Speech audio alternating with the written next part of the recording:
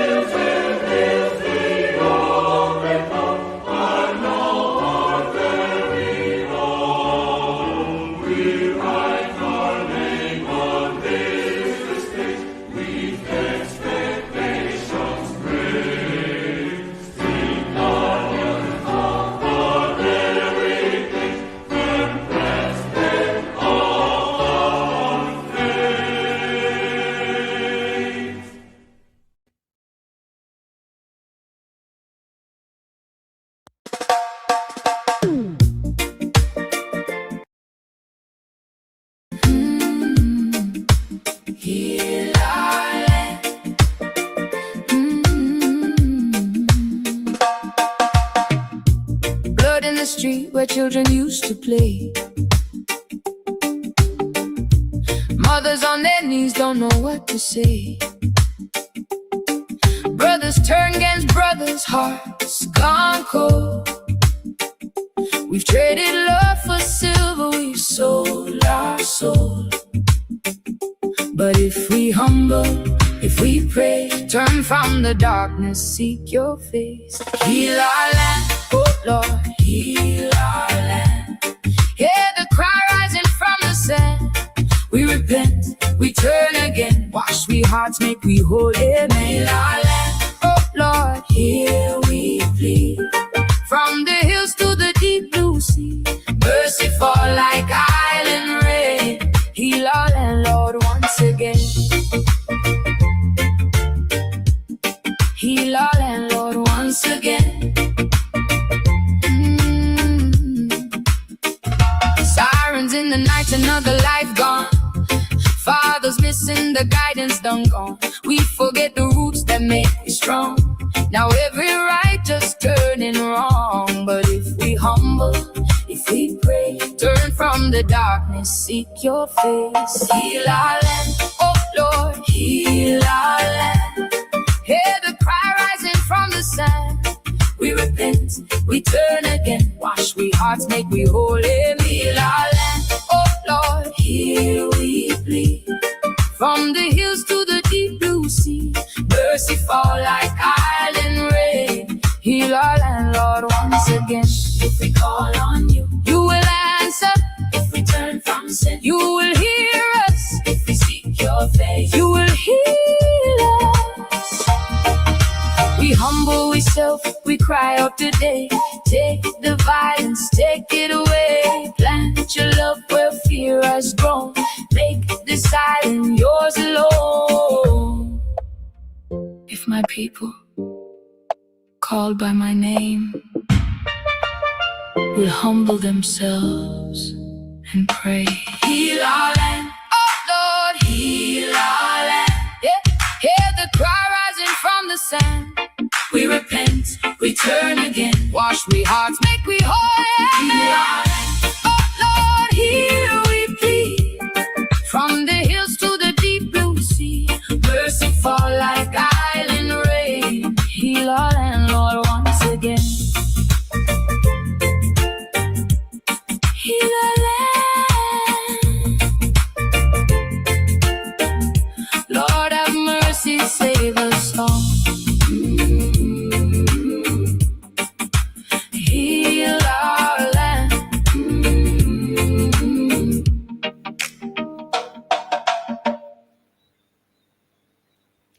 Well, thank you so very much, and good evening, and welcome to the Marcia Weekes Show, August the 21st, 2026. Believe it or not, we only just began August, and by next week, we are going to be concluding August. Imagine that. 31 days would have passed with the blink of an eye, and we can hardly even believe it. I tell you, time is flying indeed. As I traditionally do on my Friday evening shows after we have had our national anthem, we commit ourselves through our national pledge to our country, not to a political party, not to a band of clowns and circus actors, but we commit ourselves to our country and to our flag. And I encourage you this evening to once again recite with me as a proud citizen of Barbados, our national pledge. I pledge allegiance to my country, Barbados, and to my flag, to uphold and defend their honor, and by my living to do credit to my nation wherever I go. That is a commitment that I have made to my nation. Excuse me. That's a commitment I've made to my country as a proud citizen of Barbados, a sovereign country that does not need the advice of any political, financial, or health organization to determine what, as a sovereign country, we do. I did not pledge allegiance to the World Bank. I did not pledge allegiance to the International Monetary Fund. I did not pledge allegiance to the World Health Organization. I pledged allegiance to my country and to my flag. In a few moments, you will see where I'm going with this. But before I get into that, let me take the opportunity to welcome all of you to this show this evening. Now, I have a lot of stuff open up on my computer, and I'm going to be referring to quite a bit in my computer over the next few minutes. So pardon me if the imagery tends to stall a bit from time to time, but it's because I have so many areas opened up on my computer this evening. And I have it because I have to address a couple of misinformation aspects that have come out of a couple of press conferences over the last week. Of course, the circus continues, and I don't know if Dave has that imagery, but I wonder if Dave, in a few minutes, I'd like you to keep it to hand. Just let me take a little sip here. There you go. The clown car. And I want you to keep that there for a few minutes, Dave, while I welcome the members of the loyal opposition to the show tonight, because we are not in the clown car. We are not a part of that circus. We are the loyal opposition, and we are proud Barbadians, and we are committed to our country, to our flag. And so I want to welcome all of you. I'm not as good as I've said many times as Marcia is in doing this, but I do appreciate every single one of you as you come on to the show in the evening. Of course, Marva, it's good to have you, Marva Lashley. And you usually do this. I think you probably have done it already, but yeah, you have done it. Like and share. I want all of you to follow Mavis Lashley's, I'm saying Marva, Mavis, forgive me, Mavis's advice, and like and share, because you're not going to want to miss this show tonight. We have a strong grouping on, of course, people you're going to want to hear, and information and things you're going to want to hear and see, because I am very serious when people get into press conferences and in a very sly manner cast aspirations on this show and our contribution in terms of looking out for our country, and suggest that there are those who are using their influence to spread misinformation and false information. No one has been more guilty of that down through the last couple of years than governments, mainstream media, and other individuals, including the World Health Organization. And I make no apologies for saying that, because it has now been clearly proven that much of what they shared and made us follow through on does not meet the standard of medical science or professionalism. And I will get to that. So Mavis, thank you so very much for encouraging us to like and share. And let me welcome you along with Bajan Boy. I welcome you to the show tonight as well. Great to have you on. Judy, as is always. Thank you so much, Judy.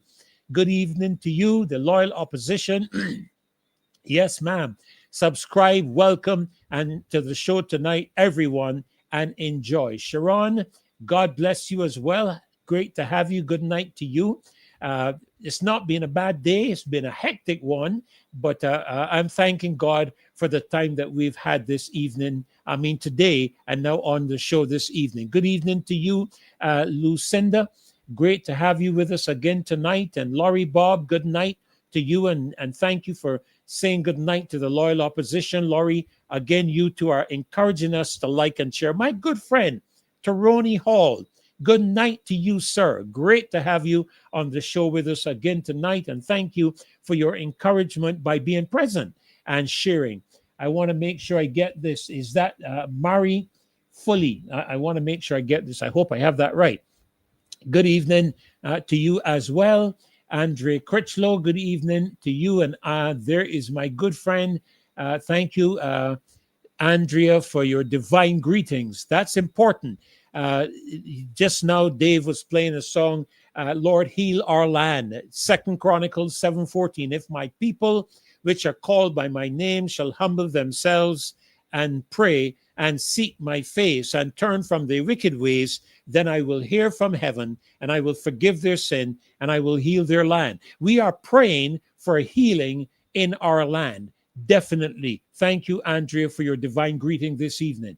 I'm a big girl. Yes, ma'am. Great to have you on with us again this evening. Thank you so very much for being here tonight. Carol M3R, for a moment there, I thought that was MMR, because I'm going to be talking about that a little bit tonight. But Carol, it's good to have you on. Jacqueline, Aline, good evening to you. Great to have you back with us tonight. All of you that are coming on, really, really appreciate you. Marcia Miller, thank you so much for being here. God bless all of you. We really, really do appreciate your support. And we are here carrying out the responsibility of the loyal opposition. And of course, we are welcoming any members of any opposition party onto the show, because we want to keep the government in a place of transparency and accountability, or should I say, get them to a place of transparency and accountability. Sherry Johnson, welcome as well. all to class. Know your Barbados. Yes, ma'am.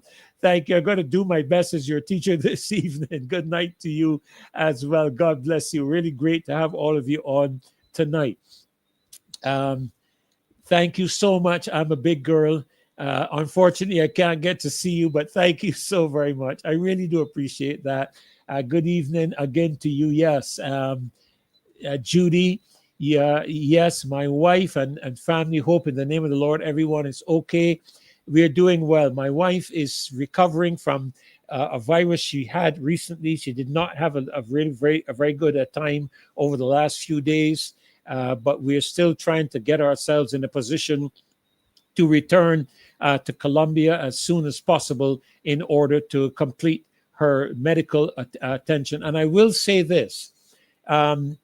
The more I listen to the medical fraternity in this country, the more I'm satisfied and convinced that the decision for me to take my wife out of this country to have her health looked after somewhere else was a good decision. It's not that we had the money to do it. It's not that we're rich. It's that we are certainly appreciative of those persons who supported us. We are really appreciative.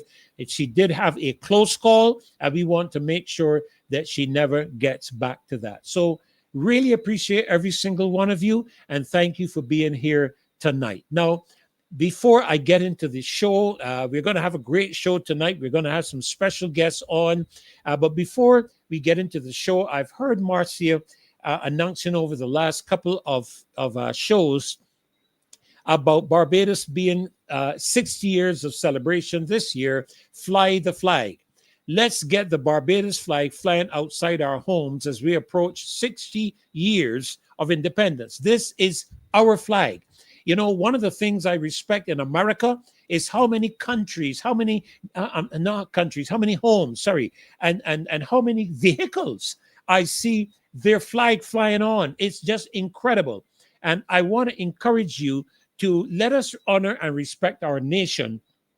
If you could put that previous imagery back up, Dave, for me, with the flag itself. Yes, this is our flag. Fly it, honor it, be proud of it. Fly it at your home, fly it on your car, at your business. Make sure that you stand out in terms of the blue, black, and gold. And I heard someone wanting to discuss and debate with Marcia concerning the broken trident, showing things are being broken over this country. I don't want to get into that tonight because there's other things I want to address, and I'm not going to allow myself to be distracted where that is concerned at this time. But get your flag. I have to get mine, get it on somehow on my home, that I can fly it proudly as a Barbadian, because my pledge is to my nation and to my flag. And every Barbadian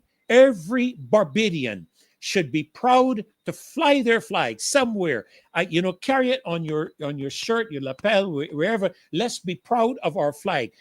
Just as people in America and people in the UK and other parts of the world are proud of their flag. Well, except one person I know, when they go to the United Nations, they carry a Sustainable Development Goal pin rather than the flag of their country. Only one person I've ever seen a leader of a country to wear anything outside of their national flag. And I'm not even going to call the name of that person because I'm sure that you know who that person is. But nevertheless, let us be proud of our flag as we celebrate 60 years of independence. Let me remind us that we are friends of all and satellites of none.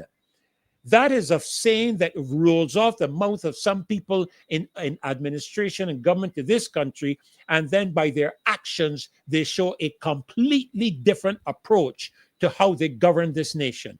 We are not obligated to the World Health Organization. We are not obligated to the IMF or the World Bank. That is not our commitment. We are committed, friends of all, satellites of none. None. N-O-N-E. Okay, that is, none means none. I don't know how else to put it. All right. That is the reality of our situation tonight. And also, I want to indicate to you that Praise Academy registration is open and available. I don't know, Dave, if you have anything in terms of that.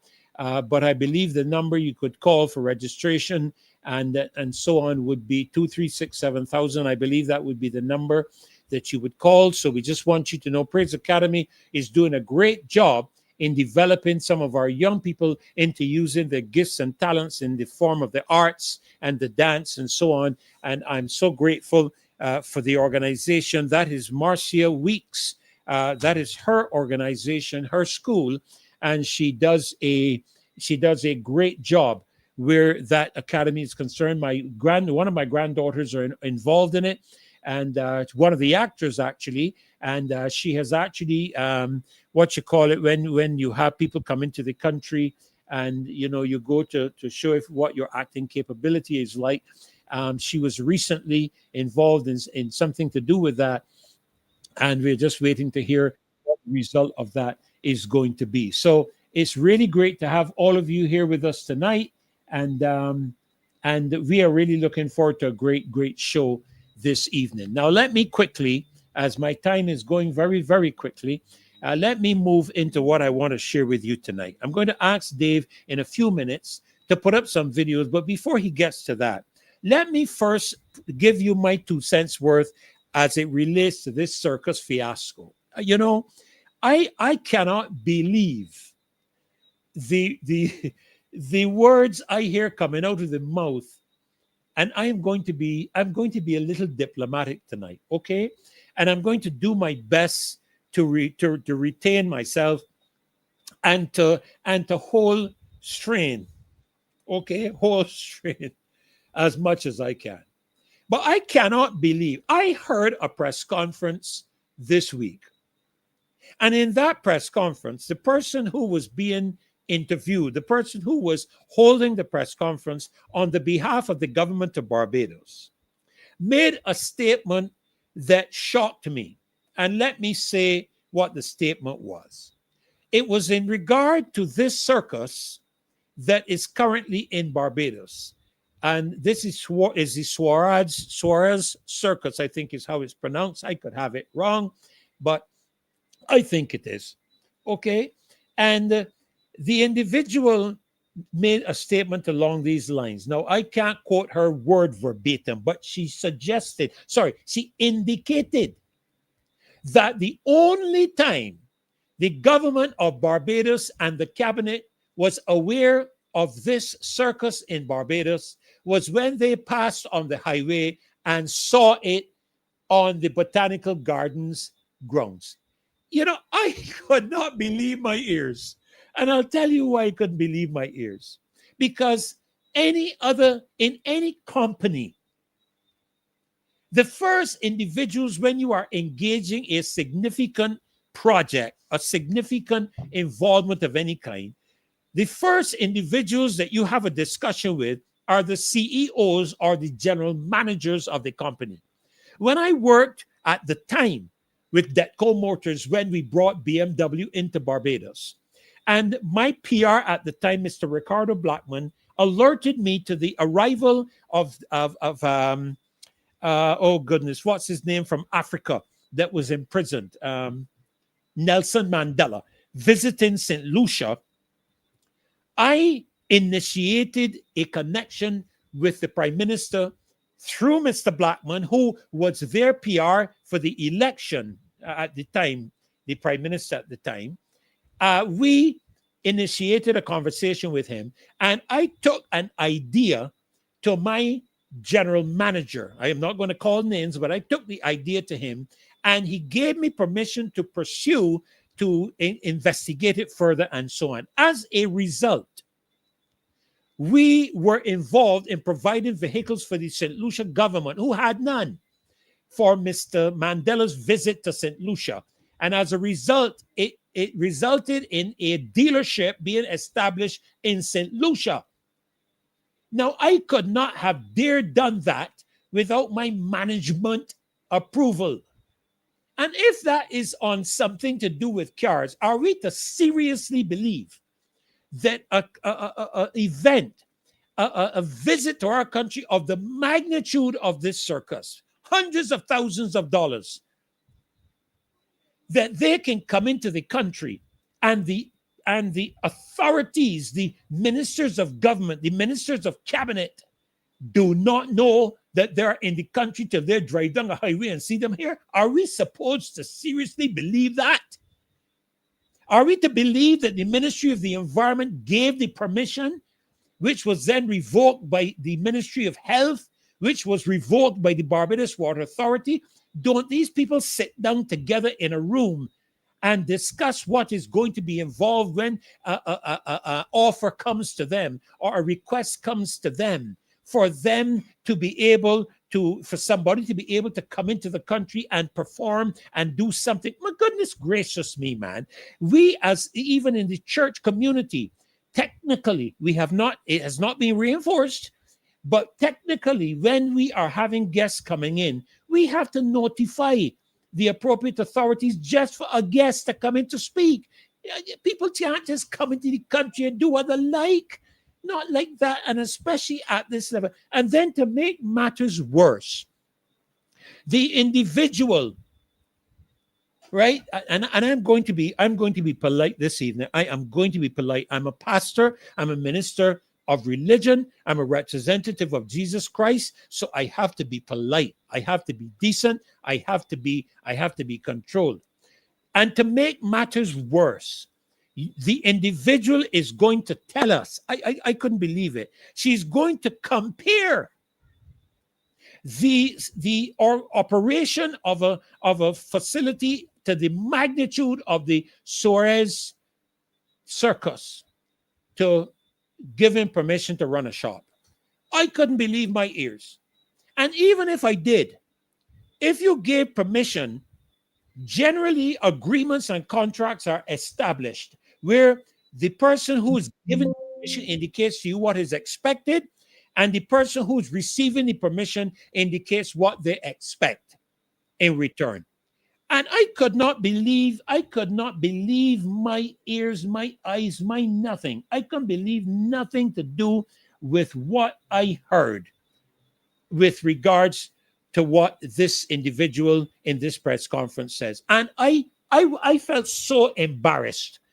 I hoped that the press conference would not be aired regionally or globally, because I don't think anybody across the world would believe that something could happen in a country that is so public and so at such a level, such a significantly crucial level. I don't believe that anybody could think that that is unknown to the government.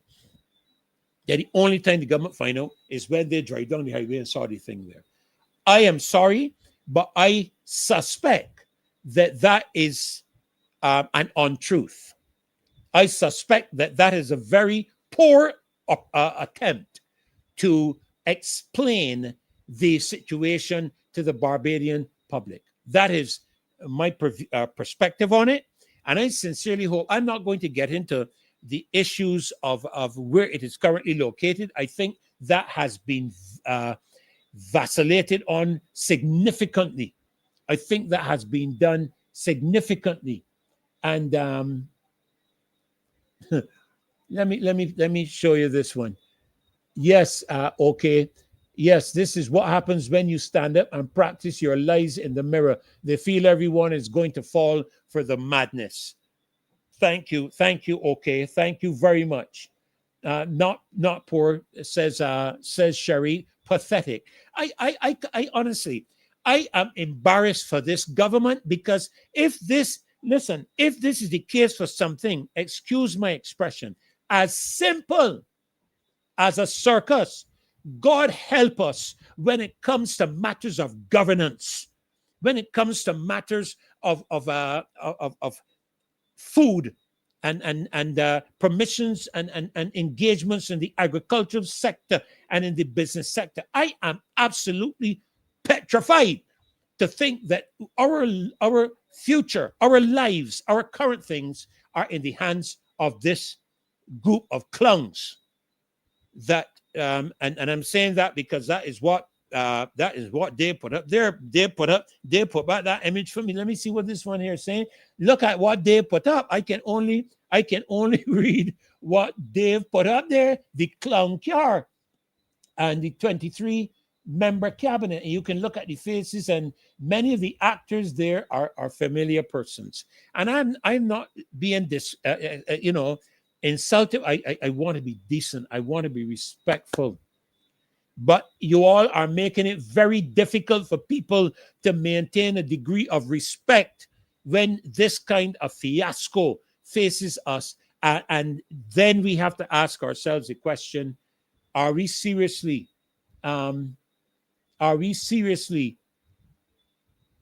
expecting this circus from Barbados to run this country effectively? And I'm going to touch quickly on one other thing.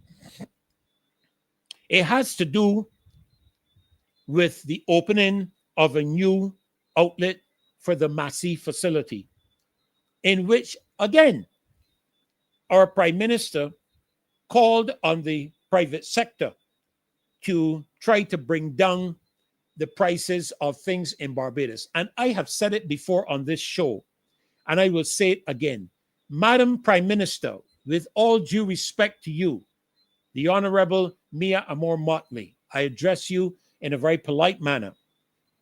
Would it not be an encouragement to the private sector if you set the example and followed your commitment that you made during the election campaign of 2018, in which you committed yourself within 18 months of taking government to reduce the value-added tax that was increased by the previous administration to 17.5% back to the 15%. Ma'am, would it be not a moral act on your part to fulfill a commitment and a promise that you, not a covenant, a commitment and a promise you made to the Barbadian public in order to obtain their vote to govern this country? Would it not be in your moral position to do what you said you were going to do?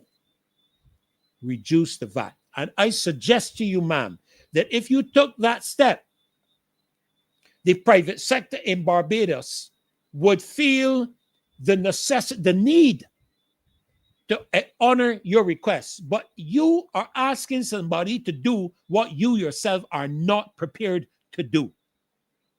There could be a reduction on VAT, significant reduction on VAT when it comes to food in this country. I'm not talking about anything else. I am addressing the aspect of food. I watch people go into the supermarkets and I watch them struggle. Listen, when you see somebody coming out of the supermarket with a trolley full of groceries, it is not for them, it is for nearly 2 and 3 households that are putting together in order to buy things in volume. That is what is happening in this country. It's a good thing. I'm not going to say it's not, but ma'am, the moral thing to do, it is like me standing in my pulpit and telling my people that you should not act a particular way and do specific things or particular things, and then I turn around myself and do it. The people would then have every right to disrespect me as their spiritual leader, and they would have every right to leave my ministry and go somewhere else because I have not kept my word. One of the things that is demanding of us with God in the book of Ecclesiastes, you see a lot of you in Parliament tell us that you are Christians and you go to church, but a ton of you don't obey the word of God. And I want you to understand that in this day and age, he's not joking about your obedience. The Lord said, it is better not to make a vow than to make a vow and not keep it. And he said the reason was because he did not take pleasure in fools. He calls a person who makes a vow and doesn't keep the vow a fool. That's what he calls them. So if that's the case, I want to put it to you, ma'am. I want to put it to the Barbadian public that the entire government are fools because they have made a promise, they have made a vow to this country, and they have not kept it. You might ask me, how many vows do you need to do to break in order to be called a fool? I tell you, one. You only have to commit one sin to be, as a matter of fact, you don't even have to commit a sin to be a sinner, because we are all born in sin and shapen in iniquity. And that is the issue right there. Ma'am, you are a fool because you have made a commitment to the country and you have not kept it. So let me rest that matter for the time being. Now let me move on to something else I want to address. You know, I don't mind people expressing themselves concerning matters, but what I do take umbrage with, if that's the right expression, is when they try to cast aspirations on not only people or on this show or the persons who come on this show, but when they attempt to suggest that we are disseminating false information and misinformation. I take those allegations and charges very, very seriously. And I'll tell you why. There was a time the government had a monopoly on information, when as the Barbadian public, we did not have access to information outside of what was fed to us by the government. Today, however, whether you like it or not, through the internet, through social media, and there's nothing wrong with social media. Social media can be used by people for good or for evil. We know that. But my mother taught me, don't throw out the baby with the bath water. So I use social media and I sift through what I get, and I look for confirmations and I look for agreements, because the Bible teaches me, in the mouth of 2 or 3 witnesses, a truth is established. Now, this week, because Barbadians have access without governmental position, and I want you all to understand something. During the pandemic, our prime minister was interviewed by Amanpour, and she made a statement I have never forgotten. She said to Amanpour, we have to confront the spread of misinformation and stop the spread of misinformation. And I'll tell you what misinformation was determined to be. Anything that does not agree with the government, anything that does not agree with the World Health Organization, anything that does not agree with the Pan American Health Organization is labeled false information and misinformation. Well, let me, first of all, before I go too far, recently, like him or not is not my interest this evening. But recently, the President of the United States removed the United States of America from involvement with the World Health Organization. Now, let me tell you how significant this is. In other words, what he has fundamentally said is that as a sovereign country, we are going to make our own decisions on matters of health. We are going to go with our own scientists and our researchers and our virologists. We are going to take our information for ourselves, and we're going to deal with it ourselves. Now, as I said, I have no interest in debating anything to do with the President of the United States of America. So please don't put nothing in the comments or anything to do with that, because I'm going to ignore it. Okay? But before, let me say that last week I shared this with you. The United States of America was the largest financial contributor to the World Health Organization in terms of financing. Right? This is not misinformation or false information. Okay? The United States of America was the largest contributor to the World Health Organization to the tune of $958 million US. The second major contributor, I want you to listen carefully to my words. The second major contributor to the WHO is the Bill and Melinda Gates Foundation at $689 million. And the third is a company called Gavi, the Vaccine Alliance, at $500 million. Now, if the United States of America, the largest financial contributor, has withdrawn, it means that the Bill and Melinda Gates Foundation is the largest contributor. And I want to ask you, are you prepared?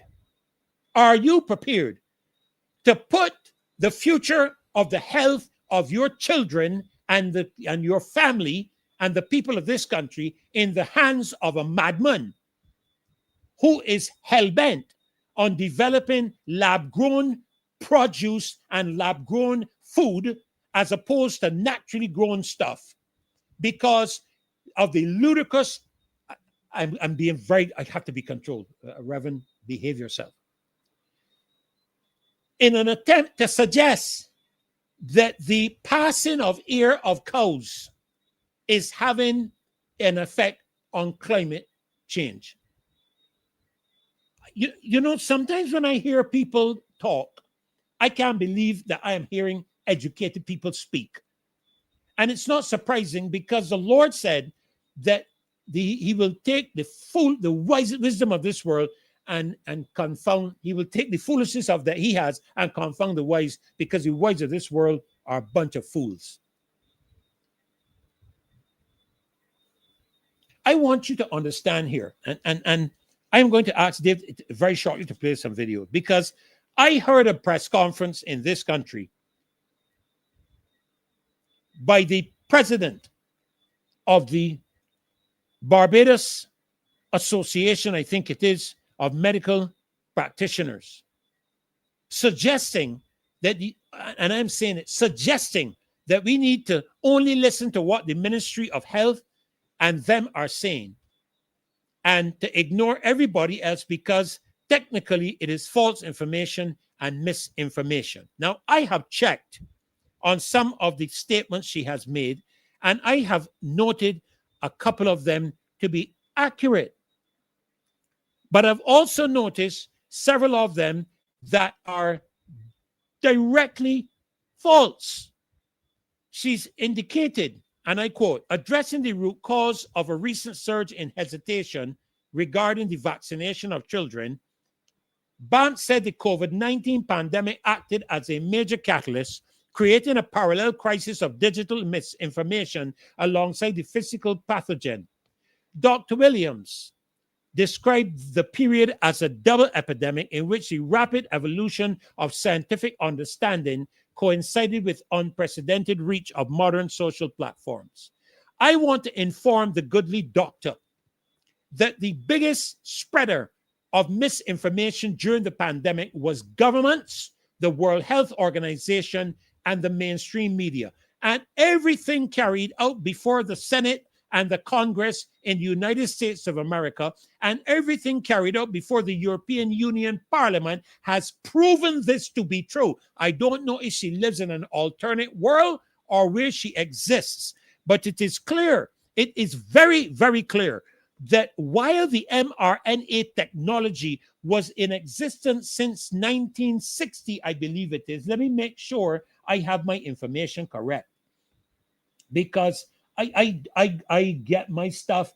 I do my research and I get my stuff. All right. This mRNA technology was actually initially created or invented in 1961, but it had been developed through a number of medical professional individuals, of which Dr. Robert Maloney was a key factor, a key figure in the development of the mRNA technology. She went on to say COVID was two epidemics in one. You had a virus, stick a pin. The first thing we have to do is that the jury is still out on the matter of whether this virus was a virus or a bioweapon. I was on a platform and I was searching for it and I couldn't find it, but I will find it. I was on a platform, don't recall its name right now, with a member of the Pentagon who came onto a platform sponsored by the Trinidadian group that was combating and confronting the misinformation concerning the pandemic. And this gentleman was from the Pentagon, and he was a chemical weapons developer. And he showed clearly when he put up the chemical construct of COVID-19 and the chemical construct of a bioweapon, he showed the similarities between the two. And he said, beyond a shadow of a doubt, in his opinion, it's a bioweapon. Not mine. Those were his words. So, unless the doctor can tell us who are the experts in Barbados who did the virological research on this virus to confirm that it was a virus, it was not man-made, and it was natural in its origins. Who were the experts in Barbados that did that research? I want to know who they are. I want to know, where do we gather our information from in the Ministry of Health and Barbados' health area? Where do we get our information from when it comes to matters of health in this country? Because I am unaware that Barbados has any experts when it comes to the matters of virology at the level of people like Dr. Maloney and Dr. McCullough and many others names that if I had my notes in front of me, I could call. I want to know where the experts who are doing the research on the cancer development that Dr. McCullough is currently involved in and spearheading as it relates to ivermectin being used to combat cancer. I want to know, where are the research fellows in this country who are the experts who are working on these peer studies and who are producing the local evidence to show us matters. As far as I'm aware, our health facility in Barbados gathers its information through the WHO, who comes through the CDC, who works together with the FDA in America to determine what happens where global health is concerned. That's my understanding. I want to know who the experts are. Who are the experts here in Barbados? Neither the Barbados government, nor the Ministry of Health, nor the Barbados Association of Medical Practitioners have exclusive access to information. We now can go on the internet ourselves. We can do our research. We as intelligent Barbadians have the capacity. How dare Dr. Williams suggest that Barbadian citizens do not have the educational know-how as to how to determine what is right for them, their children, and their families, and how to distinguish between misinformation, false information, medical facts. How in the name of peace could she insult Barbadians to that level? I find it very disingenuous of her. Is Dr. Linda Williams an expert, a global health virological expert? Is the Prime Minister an expert? Who are you going to believe? When I just read it. Who are you going to believe when one of the major funders of the World Health Organization is the man who, in a TED Talk a couple of years ago, and Dave, I think I sent you that video. Dave. I can't remember which one it is, to be honest. But I wonder if you could bring that up for me. I wonder if you can find that video for me and bring it up, because I want the people to hear for themselves. I want them to hear for themselves. I think it is the one to do with. With sterilization agents. Yes, I think it's that one with the young man with the glasses on. Please bring that up for me on the screen. Okay? And I want you all, not me, I want you all to listen to what is said in this video. I don't know if you can enlarge in it, Dave, and play it for us to hear. And I hope this does not affect your platform. This is a video that comes, I believe, through the Facebook and others. So I would like to know if you could play that for me.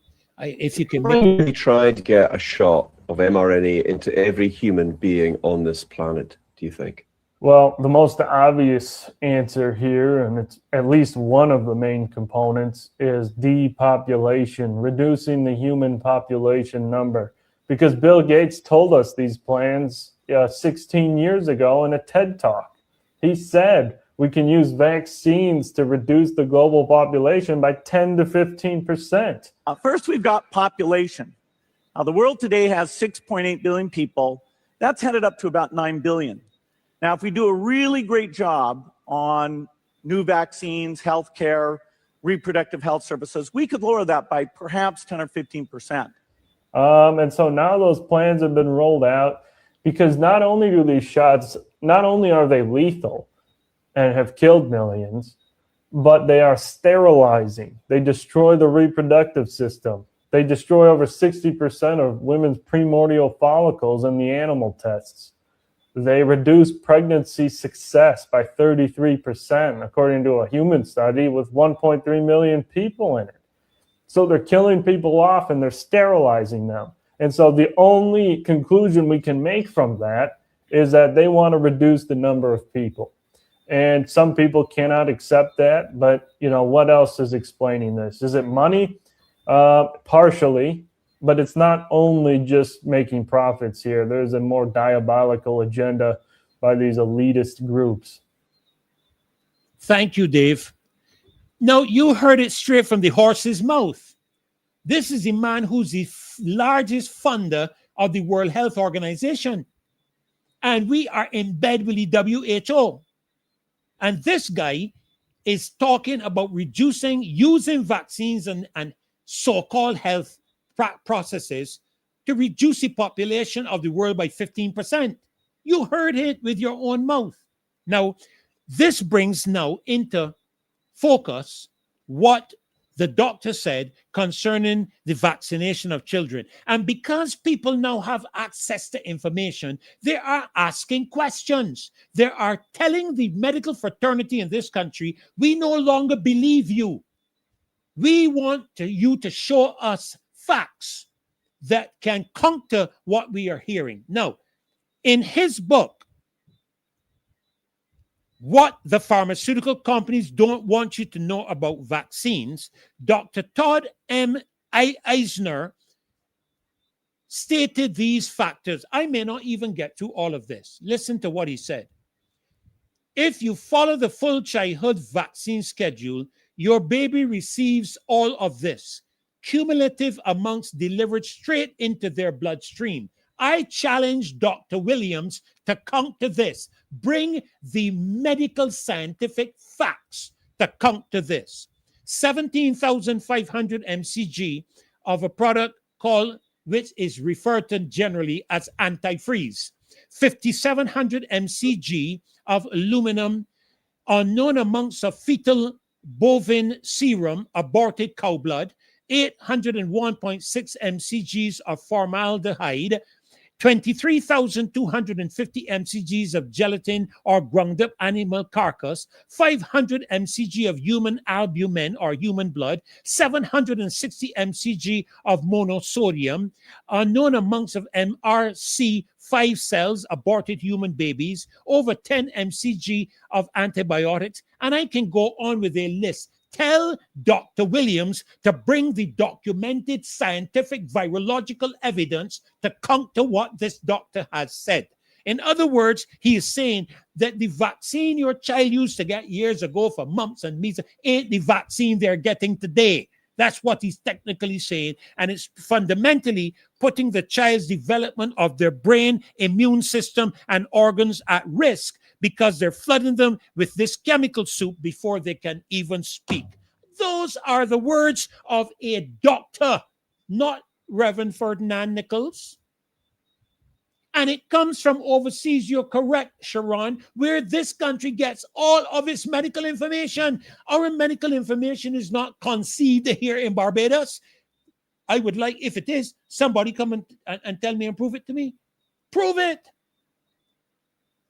I don't even have the time now. I don't even have the time, to be honest with you, Dave, for us to go into the next couple of videos, because I can tell you this stuff is serious. Dave, I sent you one called The Awakening.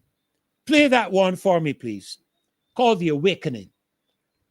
All right, where people are getting information and waking up.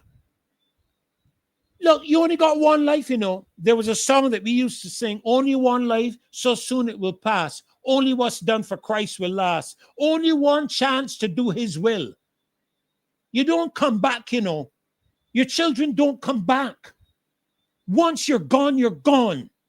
And that's why when I hear people tell me they took the treatment, took the vaccine or whatever it is that they took and nothing happened to them, you know what? There are people in this country dropping down dead who said nothing happened to them too. And there are people all around the world dropping down dead who said nothing happened to them too. And that is why very soon Dr. Maloney is coming into this country with the intention not of arguing that one, Dave, I think it was the very, let me see.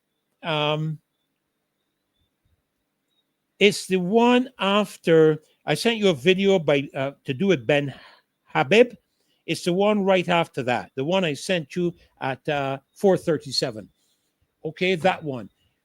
So that we are now accessing information that we do not need people.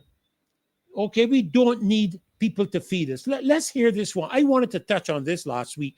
Let me hear this one as I close this evening. I close my section. To control other human beings is a story as old as time. There's a very strong drift in the direction of globalization, of the ultimate centralization of control in the hands of unelected officials at supranational organizations. They want all of the resources of the world in their pocket. The bigger picture is that an attempt is underway now to collapse liberal democracy and replace it with global technocracy. This is a coup. They're saying we can control with rules. We don't need currency anymore. It's like an inverted prison. You are supposedly free to roam about, but everything you want to access is behind lock and key. The potential for social control is gigantic and potentially irreversible. They plan to commandeer land, reduce farming, and radically change the food we eat, transform the supply of electricity, and then dictate how we use it, and replace currency with a system of credits. All three strategies are built on the premise of a climate crisis caused by carbon dioxide. I do not think there's a climate crisis, and I base that on all the evidence and the climate data sets that we build to answer questions just like that. The government is very clear that they want a catastrophic story. There is no single science paper that proves conclusively that humans control all or most of the global climate. Europe's mad dash towards net zero is effectively economic suicide. Politicians are purposely impoverishing ordinary people, purposely deindustrializing Europe. It's just tremendous amounts of damage in the name of saving the planet. It does make you ask, what is it we're actually saving if we're paving it over? I think what we're dealing with here is actually a global war on agriculture. When you look at how many farms are selling out, we're walking into food shortages. If I can switch everybody from real food to pharma food, then 100% of the agriculture industry can go through my publicly traded stocks, and I have complete control.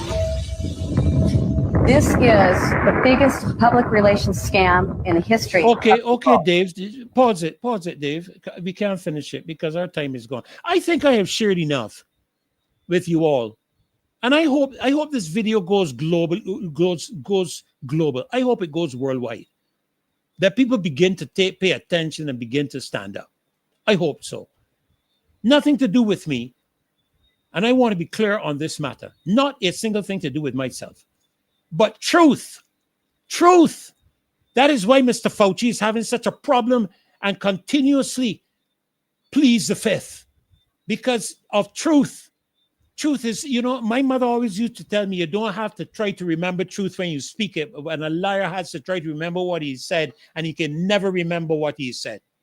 That's what my mother taught me. She said, speak the truth and speak it ever. Cost you what it will. He who does the wrong thing does the wrong thing still. That's what my mother taught me. And I have learned to speak the truth. There are times I have lied and I've got my backside whipped for it. Both by my mother, my father, and by the Lord. I don't have a problem admitting that because I get licks by all three of them. And as a result of that, I have learned to tell the truth. Well, my time has gone and I have to move on. And coming on with us tonight is a young lady who I have not had on for some time.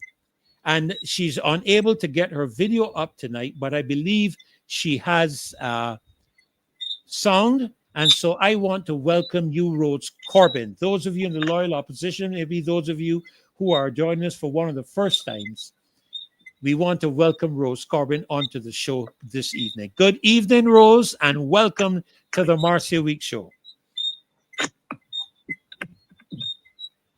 Are you hearing me, Rose?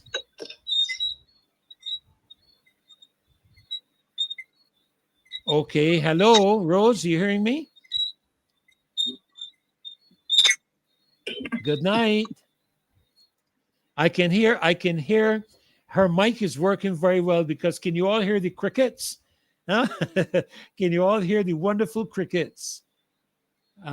She'll come back in just a moment once they sort out that song that matter to do with her song. I think I have shared enough information tonight. I haven't even begun to address some of the comments that Dr. Williams made. And I am not sorry that I haven't, because I want to try to maintain a degree of decorum and respect. Okay, I want to try to do that. But I think I have shared enough information here to indicate clearly that what is being said is nothing but untruth. And I'm being very diplomatic. Untruths. You see, this is the problem that the Barbados Medical Association has.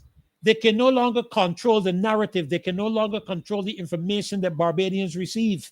The government can no longer control. That's why the Prime Minister wanted to shut down and still wants to shut down the access to information across the world. But when you have experts, thousands of doctors that were deplatformed, that lost their licenses. Dr. Maloney himself lost his license because he asked questions, not because he resisted. And incidentally, Dr. Maloney, who was strategic in the development of the mRNA technology, he was critical of Pfizer, extremely critical of Pfizer for using the mRNA technology in the vaccines because enough testing had not been done, and he was concerned with regards to the adverse effects it could potentially have. And ignoring Dr. Maloney, ignoring Dr. McCullough, and several other doctors, hundreds of doctors, frontline doctors that were dealing with patients on an ongoing basis, ignoring all of that, they moved ahead. Now we have to deal with the fallout of their misguided information. And we now have a situation in Barbados with I am hearing something coming back in. Rose, are you hearing us now again?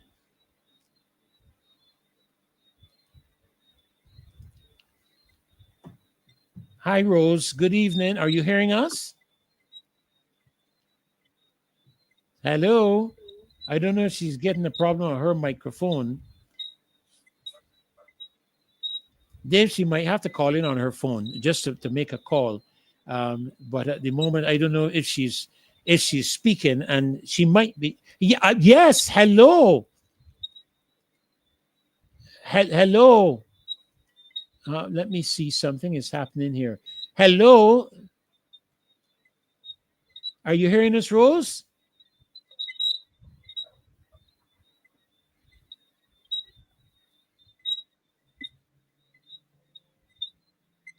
Hello, Dave. If you can reach out to her and tell her that we are hearing the crickets, and if she's speaking, she might be having a problem with the microphone, or she might have to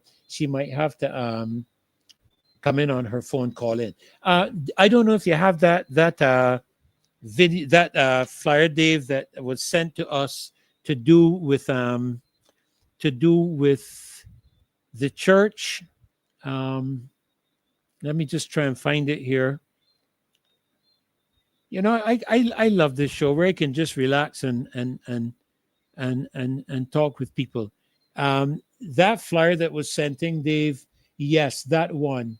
A beacon on the hill lighting the path from one generation to another. A public lecture, the role of a community church such as St. Stephen in the emancipation period and beyond. And the persons addressing us will be Dr. Frederick Alleyne, University of the West Indies, Cave Hill campus, celebrating, this is St. Stephen's Church, celebrating 190 years of dedication and dedicated service to the people of Barbados. And the co-presenter is Canon Dr. Noel Titus. So goodness, I haven't seen Dr. Titus in a long time.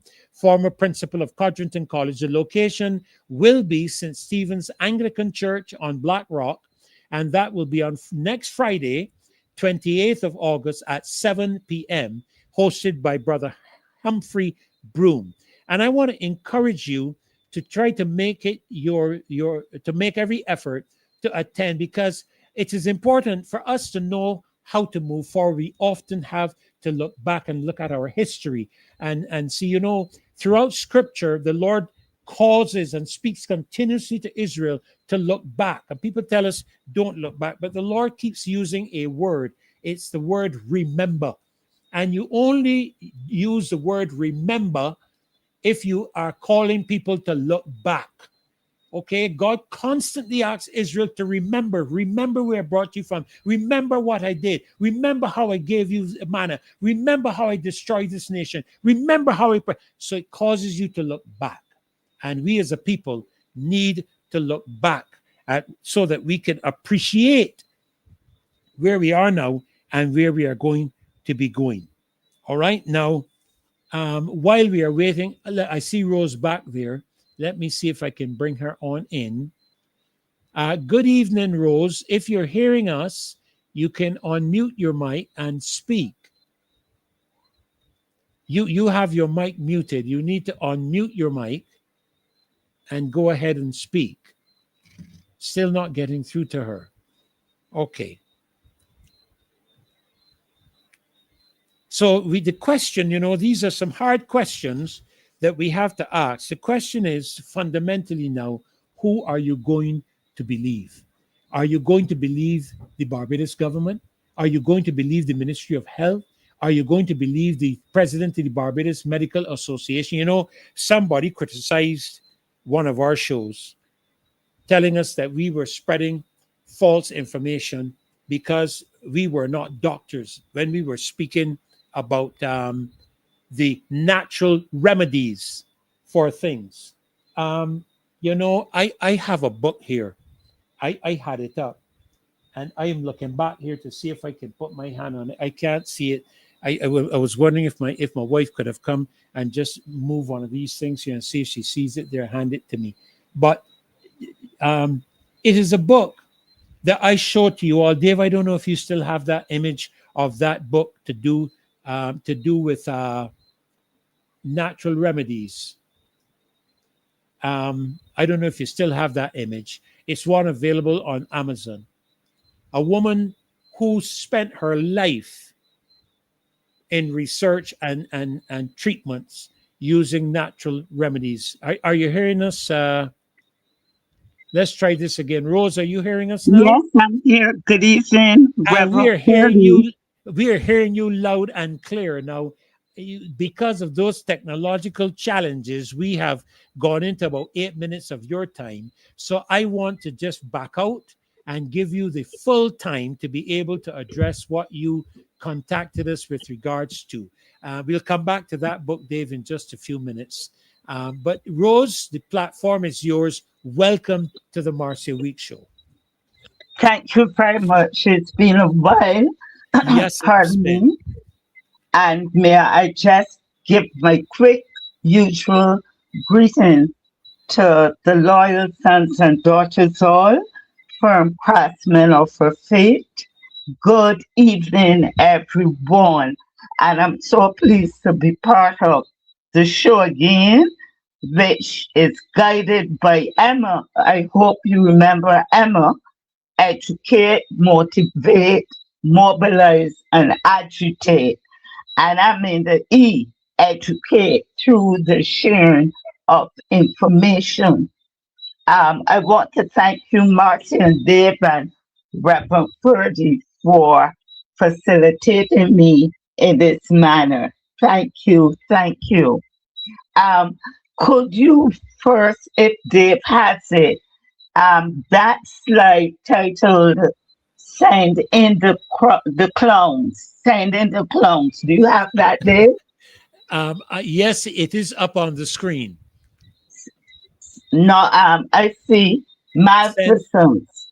Send in the clowns. Yes, I think it's the there now. third Send thing. in the clowns. The title of the Yes. song comes from a theater reference, meaning if a show isn't going well, let's send in the clowns.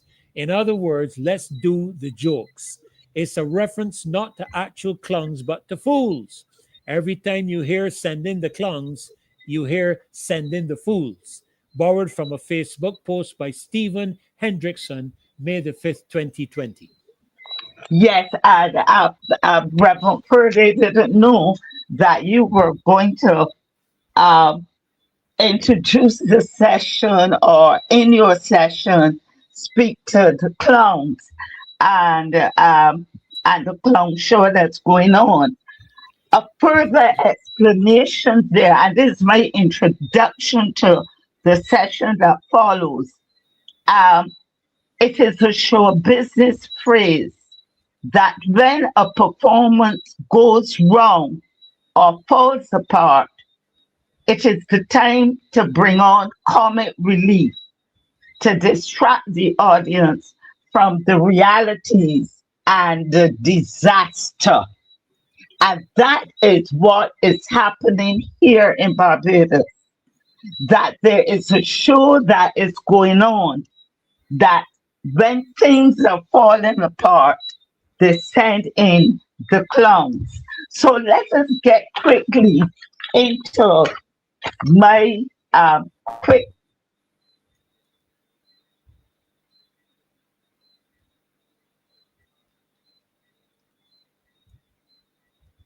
Yeah.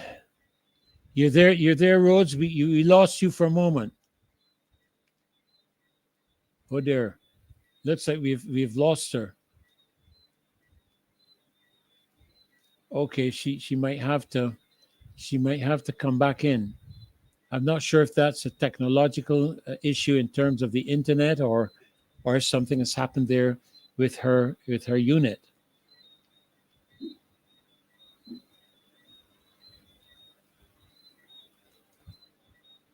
Okay, we'll give her a few minutes just to come back in. I just want to address a comment that I see here coming from Annette Brewster. And Annette, I want to say that I agree with you. Natural remedies are good. They're extremely good. But it is good to see a physician at least twice a year. And I agree with you. As a matter of fact, during the last 20 plus years of my traveling between here and Grand Cayman, every year in the Cayman Islands, I had a medical done. And as a result of that, I can tell you today, thank God, that I have a clean bill of health. And I'm grateful at my age and at this stage in my life with everything I've been doing. I am thankful to God that I'm in good health. I'm feeling strong. I won't tell you my age, although Maxine tries very often during the program to reveal it, because she talks about how we are from about a similar era. But you know, that is so very true. But you're right, Annette. It is important, especially, you know, Annette, for the men. Men are very resistant, and I don't want anybody to get me wrong. Let me clarify something here. We are not anti-vaxxers. Let me get this clear. Dr. Maloney is not an anti-vaxxer. Ferdinand Nicholls is not an anti-vaxxer. Dr. McCullough is not an anti-vaxxer. None of us are anti-vaxxers. We are all believers in vaccinations, but there are growing concerns. Let me bring. Are you back there? I'm back. How far did you hear me, Pastor Ferdy? You were explaining when the show falls apart, that they send in the clowns. And you were about to go into. I saw a slide come up to do with residential waste collection improvement project. So I will let you take it from there. But that's the last reference you made in terms of the clowns. And this is in what I would call, and I started off with the first slide, called malfeasance. And that word talks about wrongdoing or misconduct, especially by a public official. Can you hear that one? Yes, I'm going to ask Dave to put it up for me so I And you can can read it for me, please, because you know my eyes. You mean like the eyes have it, or you know, and that's a governmental statement. The EYES. Yeah, Dave put up that one to do with the malfeasance. Let me read it for Rhodes, please. Yes, please. Appreciate it. The second. That would be the second slide. It would be the one before. Yes, there we go. And you can slide it up. Malfeasance, wrongdoing or misconduct, especially by a public official. An example of dishonest and illegal behavior, especially by a person in authority. The next one. The next slide now speaks to the residential waste collection improvement project. A big long name. A big long name. And the excitement that was around it. Let's look at the next slide that I prepared to give a synopsis of what this project is all about. And reading from that slide, Residential Waste Collection Improvement Project, launched end of September 2021 by the then Minister of Environment, Adrian Ford, and officials from the ProSource distribution team, starting with the Northern Parish of St. Lucie, a collaboration between the SSA and the privately owned ProSource Limited to distribute a 65-gallon roll-out cart and an 18-gallon bin for recycling is intended to ease the workload of sanitation workers. SSA Public Relations Officer Alf Padmore explained that the project will deliver 100,000 bins to householders across the island free. Say that last word, Reverend Purdy. The word free? Say it again. Free. You're making me remember the song in the Free, church. free. I have been set free. I have met the man of Galilee. Free. Yeah, free. Yes. Now, this was in August 2021. And September 2021, they said that they were delivering 100,000 bins. Now, at August 2021, the Barbados Population and Housing Census recorded that there were 119,138 households, and they were distributing 100,000, meaning that they were omitting or overlooking the 19,138 other households. Now, Reverend Purdy, you always talk about your experience and work selling BMW. And you always talked about planning, right? Yes, ma'am. You always did projections, right? Did they not plan that past this first roll out, that there would have been other households, other houses being built, according to them, with the construction boom, and there would be a need for more than those 100,000 collection bins? You follow me, Pastor Purdy? Yes, ma'am, I do. Right. I ain't a big mathematician. Now, here is why I am speaking out. We received our bins when we were at our residence, in St. Michael. We have now moved nearer to you, Pastor Ferdy, and you know where I am at. Yes, ma'am. We moved here at the end of 2023. From 2023 until Tuesday this week, my husband and I have been having to run around to get our bins at this new residence. We have one of the best and kindest and professional garbage collection workers. They're very accommodating. Oh, yes, they are. paint- Yes. Yes, the paint can that we had was rusted. We got rid of that. And the garbage collection man told us, go to Waterworks. We were calling, didn't get an answer, up and down at Waterworks asking about the bins. They sent us to sanitation. Sanitation sent us back to Waterworks. This has been going on since the end of 2023.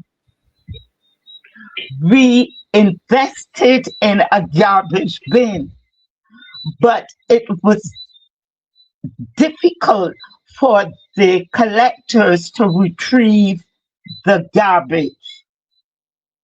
My husband and I said, we'll try again. I'm just giving you the background. And so off to Waterworks, we went on Tuesday to be told again, go to sanitation. But this time we were given a number and extension to call. We called sanitation, and I must compliment both the customer service rep at Water Authority and the person at sanitation. They were very helpful. We learned from sanitation, and this is where my grouse begins. Not all the run around and the inconvenience, but the grouse now. Can you still hear me? Can you still hear me?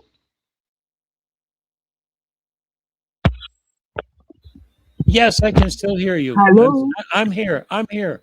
I'm here. Okay. And on calling sanitation, they give us a number, and since the information is here, I shall call the name of the company, ProSource Limited.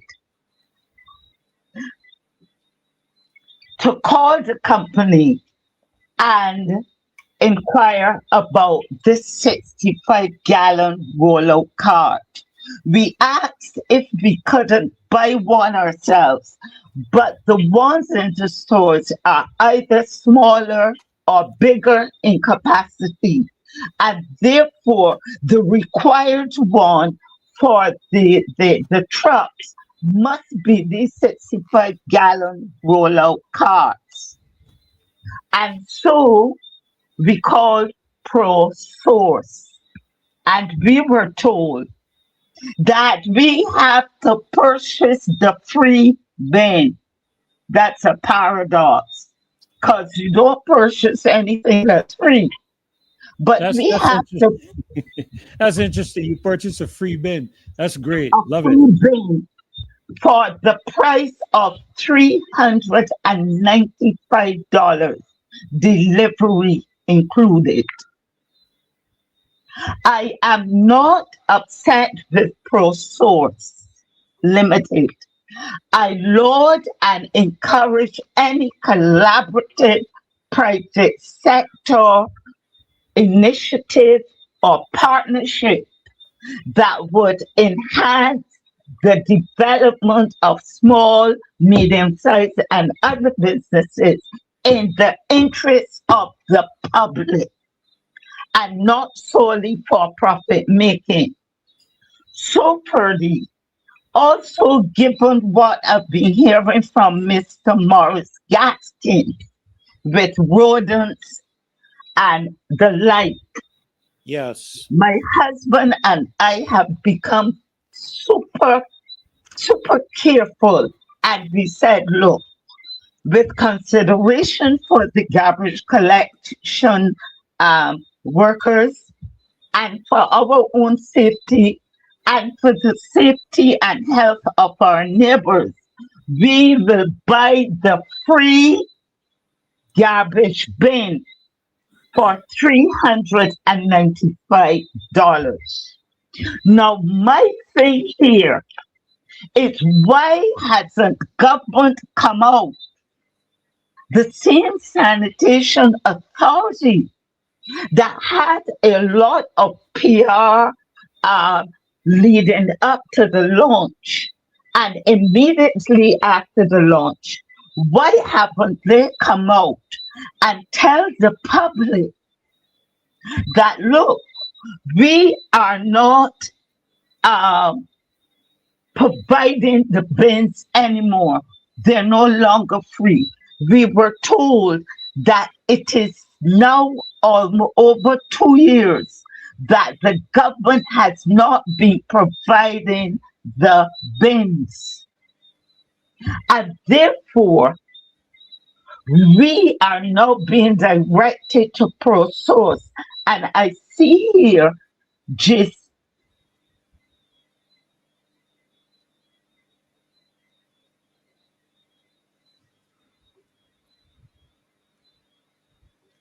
seems like we've lost her again there, Dave. She is speaking concerning a very serious matter. I'm seeing some comments here.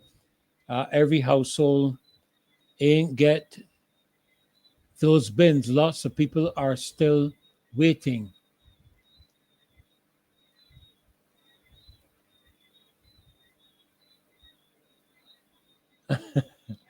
Dear me.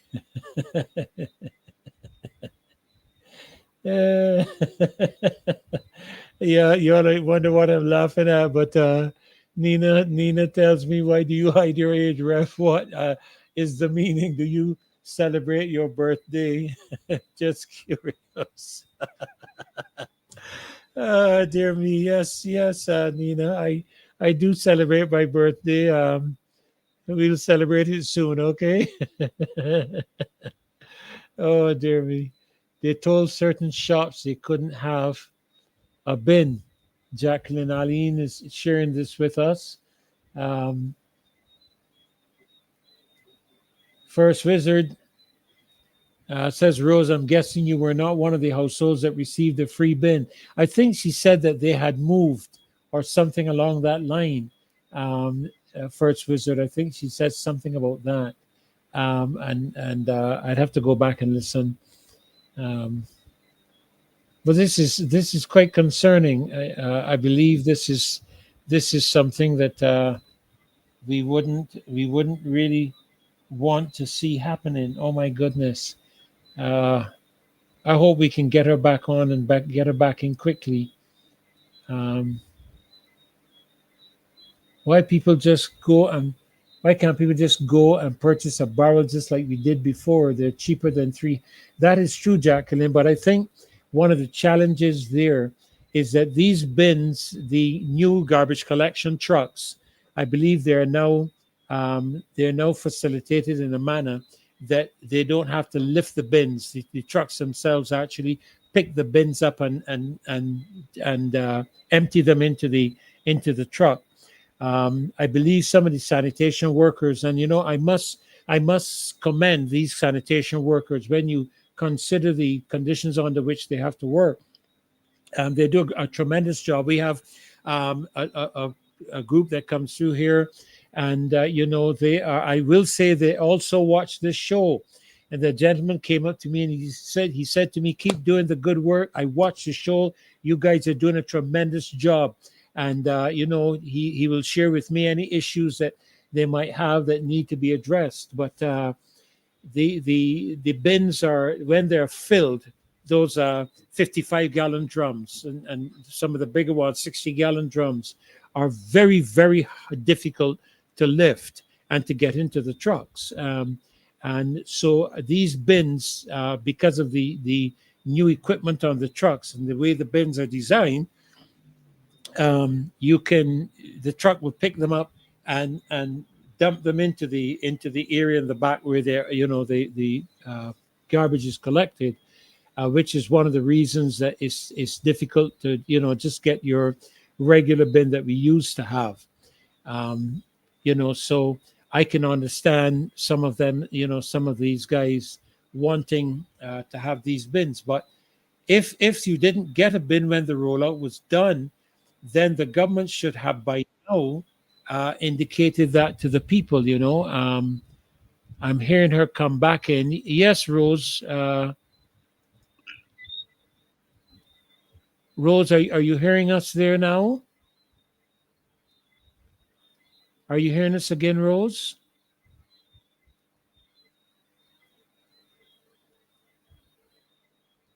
She must be having some challenges with regards. Hi, Rose, are you back? Yes, please. Okay, great. Well, carry on. I'm working up now, and my concern is,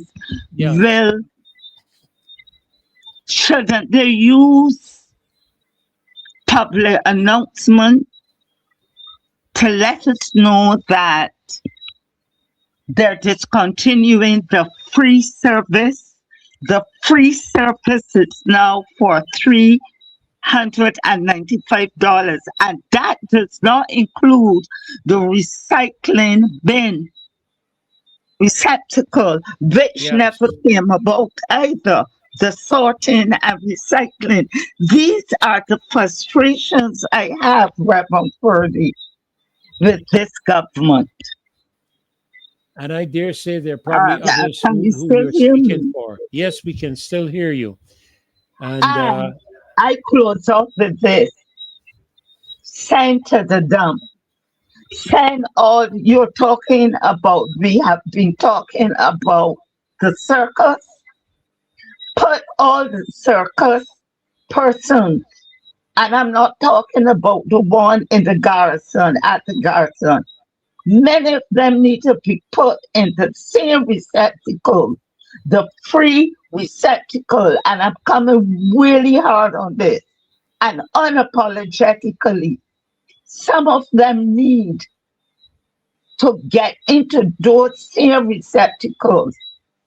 Use the hydraulic mechanism on the back of the truck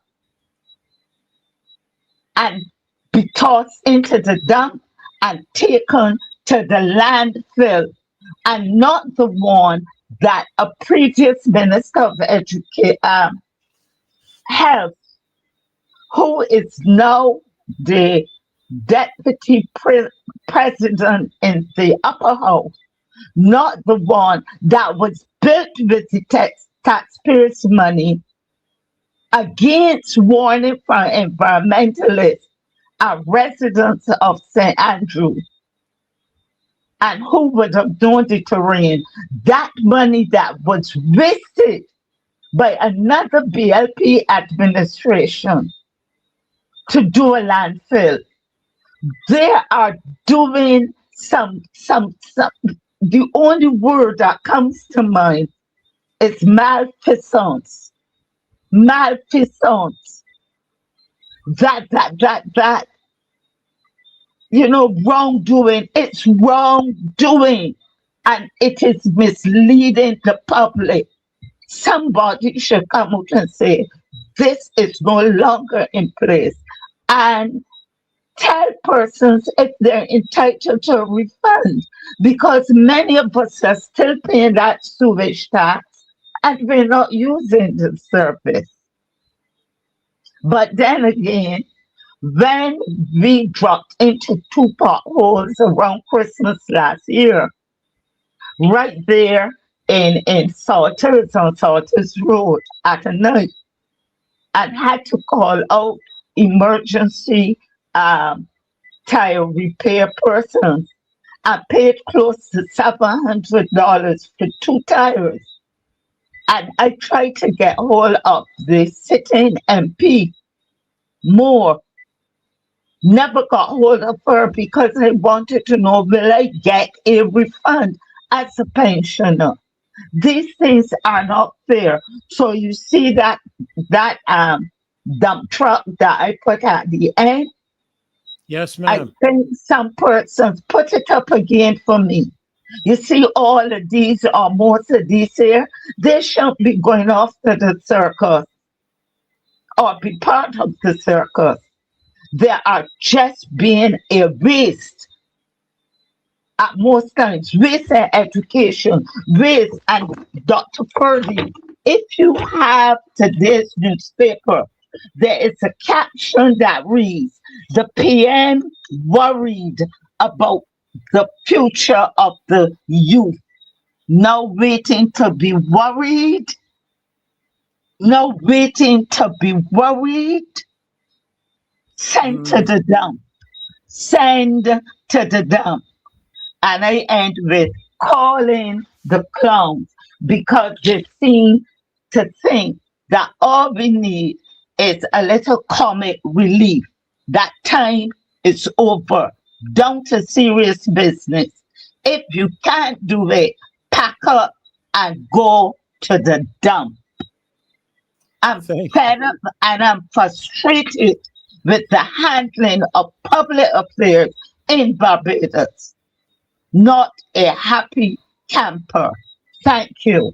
You're you, very Reverend welcome, and Purdy. thank you, and thank you so very much, Rose. I appreciate you coming in and sharing your frustrations, because a lot of Barbadians are sharing frustrations of their own. And I was thinking that as you were speaking on the behalf of so many of us in Barbados who are going through frustrations of their own, maybe not of sanitation, but especially now with and God willing, very shortly we'll be having someone. Don't let me say someone. Of course, you all know that on Friday nights there are two persons that come on the show where I'm awaiting their arrival. We're expecting Senator Maxine McClean to join us, and we're expecting Apostle Lynroy Scantlebury to join us. Okay, so we're looking forward to both of them coming onto the show tonight. So Rose, I want to thank you for calling in, because you have technically expressed the frustrations that many of us in Barbados feel. So thank you so very much. And thank you for popping in on the show. I appreciated it so much, as does the loyal opposition. All right. So thank you so very much. God bless. To you too and to all. Good evening, everyone. Good night. God bless you. Good night. Wow. Well, there you have it, folk. She's not a happy camper. And I dare say there are a number of people who are not happy campers. We're coming up to the beginning of school. And tonight, Apostle is going to be engaging that process in just a few minutes. And we're looking forward to that time with him, because it is a very serious matter. School uniforms are expensive. Books are expensive. And I don't know how many of you go into the supermarket. You know, can we get VAT removed from school books? Can you get VAT removed from school uniforms? Can we get VAT removed from food? Even if you don't remove it, can we get it reduced in terms of trying to reduce the cost of living for so many Barbadians today? So, thank you, Rose, for sharing your frustrations. I'm sure there are many Barbadians who share your sentiments, but probably on other subjects. Well, I'm happy to say that I see I see my senator in the back room. I don't know about you all. I don't know. I must say that sometimes when I listen to the Senate, and look, I have the greatest respect for the organs of governance. But sometimes when I listen to the Senate, I begin to wonder if that imagery that Dave puts up is not correct. The one with the car, and I wonder sometimes, but anyhow, I will leave that. Let me give this young lady the platform, and I see that lovely smile that I'm getting. I don't know if I'll ever get used to it, but I leave that there. Okay, so let me. I reckon with that smile, that means bring me in, Rev. So I'm going to bring you in this evening. Good, Good evening. Can you hear me? Maxine. I can hear you. I can hear you all too well now. No, my wife is not far from me, Maxine, so I think I can say what I'm about to say. And That's that all is right. that you are timeless, because I remember even growing up in my younger days, and I didn't say my youth, I said in my younger days, um, seeing you in the Senate, and going about the Ministry of Foreign Affairs and the business of Barbados, and you have not changed one iota. So I have to say you age well with time. Good evening. Thank you very much, and good evening. And that's not flattery. I don't flatter. I do not flatter. Okay. And I will repeat myself. I heard you reference it. We are in the same general age cohort, and unlike you, I am not ashamed to tell my age, but I will not say it tonight for your sake. Well, to be honest with you, I don't mind, Maxine, people knowing that I've just turned 70 years old, and because people are meeting me and they can't believe it, and I thank God for that, because it means that I'm being kept, and I'm a strong believer in God says a lot about as you get older. He talks about they that wait upon the Lord will renew their strength. They will mount up on wings as eagle. I'm a believer in those things, so I thank God for how he's kept me down through the years. Thanks a lot. And what I will do, because I'm going to continue the frustration, talking about the frustration that Barbadians experience. But before that, I just want to do a little plug for my church. Yes, as it please says do. Here, a Yes. beacon on the hill, Yes. lighting the path from one generation to another. And I grew up in this church. I was baptized here as a baby. I was confirmed here. I serve in the church still. I was at church up to Sunday. I went to St. Stephen's School, and I raised the school because, there's a history between the Anglican Church and some other denominations and schools in Barbados. We have an interesting history, as we know. I mean, like any society, we Barbadians include products of the slave trade, colonialization, independence, and beyond. And so the history of the church also mirrors to a large degree that history of our relationship with Europe and Africa. And so part of our 190 years of celebration, we are having a series of activities, and this one, hello Mavis, good evening to see, and good evening to all our loyal opposition and those who are not members of the loyal opposition but must listen to understand the issues that we talk about, and try to critique or criticize, but they are part of the process of learning as well. Yes. So yes. part of our 190th anniversary celebrations will be this lecture next Friday, and it's public. St. Stephen's Church has been part of the community of Black Rock.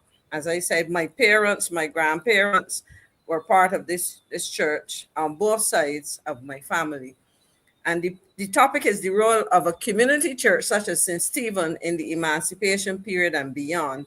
And I would say we hear a lot of what happened prior to emancipation in terms of criticisms of the church, but the church has played a significant role in the community. Absolutely. And continues to do so. Like Yes. other denominations, the Anglican Church has played an important part.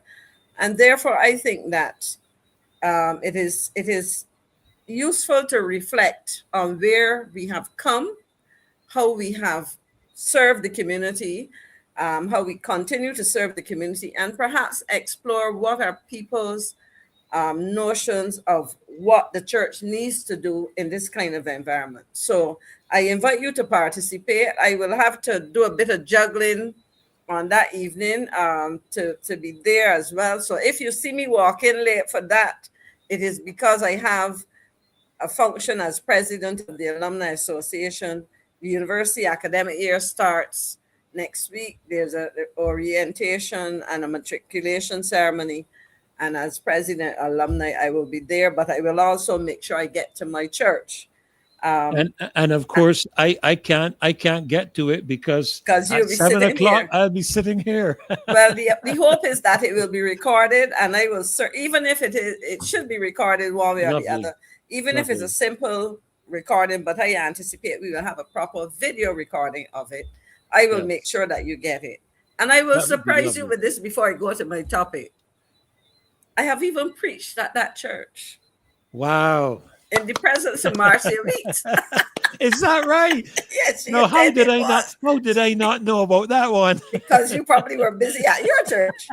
The next time, but again, I will share a recording with you. Yes, the next you must let me know, because I will excuse myself and make sure I'm present to give you support. I appreciate that. I appreciate that.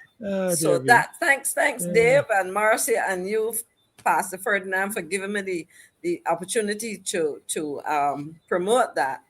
But what I really want to talk about tonight, and I like thank you, Peter Lovell. I like the notion of a circus. Circuses are, as we heard, positive, entertaining, and caricatures of confusion, calamity, things that have collapsed and have not evolved and be realized. That's how I look at circuses, the positive and the negative. But as I listen to Rose just now, and I listened to some of what you touched on, some of these things in earlier as well. We in Barbados are being fed a diet of, what would I want to call it? The failure of government to deliver on so many fronts. And the question is, why is this happening? And what must we do as citizens? What can we do to address some of these things? And I'll use, we have the ongoing saga of the circus and the move. And you know what? I listened to a man today asking, why don't people stop talking about it? But we can't, because the government is lurching from one crisis to another. Mm-hmm. We heard an attempt to explain the situation by Minister Santia Bradshaw. No, sorry, it wasn't her. It was reference to her. It was It was Minister. I think it was Marcia Cattle. Marcia Cattle, who, because I remember seeing a picture of Santia on a bus. That was probably in my head under the bus. Dave for that. And that's part was stuck with me. But Minister Cattle trying to explain. But no, I listened today and I heard, there she goes. Giving her Suarez sister, I like that. Giving her, ¿Cómo estás, señorita? Señora, because she's married. I heard her try to give an explanation. But today I listened to a short video that was sent to me. And there is Sean Hall. Anybody who knows him knows he was a jockey. He's into jockey training and so on. Yes. Talking about the damage. Some of it which would have been halted so that it probably could have been worse to the garrison in Savannah and the racetrack. So my question really and truly is, what is happening in this place? Now I will segue from that. If Dave has it later on and you have time, we may be able to look at that. But I want to segue from that to our celebration of our 60th anniversary of independence. And part of the segue is to remind Barbadians that as part of the 50th anniversary, the then government, the Frondel Stewart administration, and I would have been chairing the committee that coordinated the year-long celebration. There was a competition. It wasn't cabinet sitting down and members deciding they wanted to put up a monument and came up with something. There was a competition, as I said. I'm sorry, I should have closed that window behind me. It might prove to be a little bit of a distraction to some, but that's because the breeze may blow the thing open. If it gets noisy, I will close my camera, close it, and then come back at some point that is convenient. But that competition ended with a young woman, I don't have her name off the top of my head, winning the competition, and there is a monument erected at the Garrison Savannah. I didn't hear him myself, but yesterday morning, somebody who watches this show, because I was at the beach, the person, not yesterday morning, the morning before that, or yesterday morning. Anyway, I see I'm getting old, so forget the exact times. No, those words we don't use. You know, you age well. Yes, thank you very much. I know what is going to solve that problem for a second. I just turned off another fan because the nights are getting very warm. Yes. But yes, I was told about comments by Admiral Nelson, and then I heard somebody refer to it. And he was concerned about the state of the monument and its surroundings. Now, something that is supposed to be a national monument. And Angela, you said, and I got to meet Angela one day. We ran into each other somewhere. Good evening, Angela. And you perhaps can tell us what, I don't know if they've done any work to the monument, but I hope that they've been able to clean it up. And what he was expressing, from what I was told, he was expressing serious concern about the condition of the monument, and, you know, the surroundings and so on. And my question is, why is it that a government and the agencies under the government at this point in time will allow significant national monuments like this to fall into what I call disrepair or be in less than acceptable condition? The same thing goes to Independence Square, interestingly enough.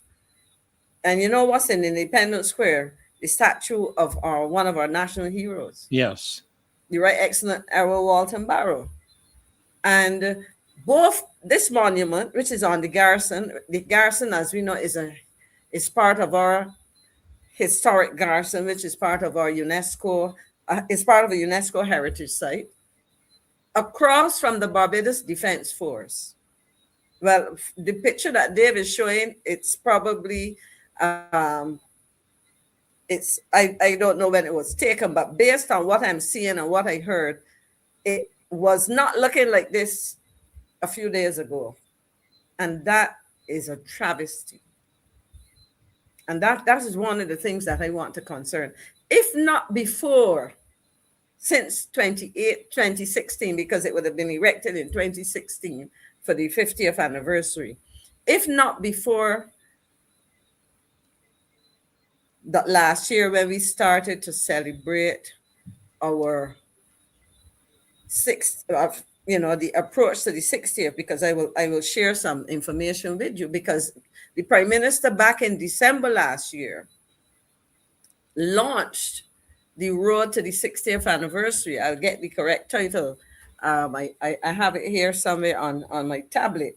And we had a situation where the Prime Minister was telling Barbadians in the diaspora in New York, to be specific, I think they were at Medgar Evers College or somewhere like that, that we were getting ready to launch this anniversary. In fact, this was back, not December, it was in September, sorry.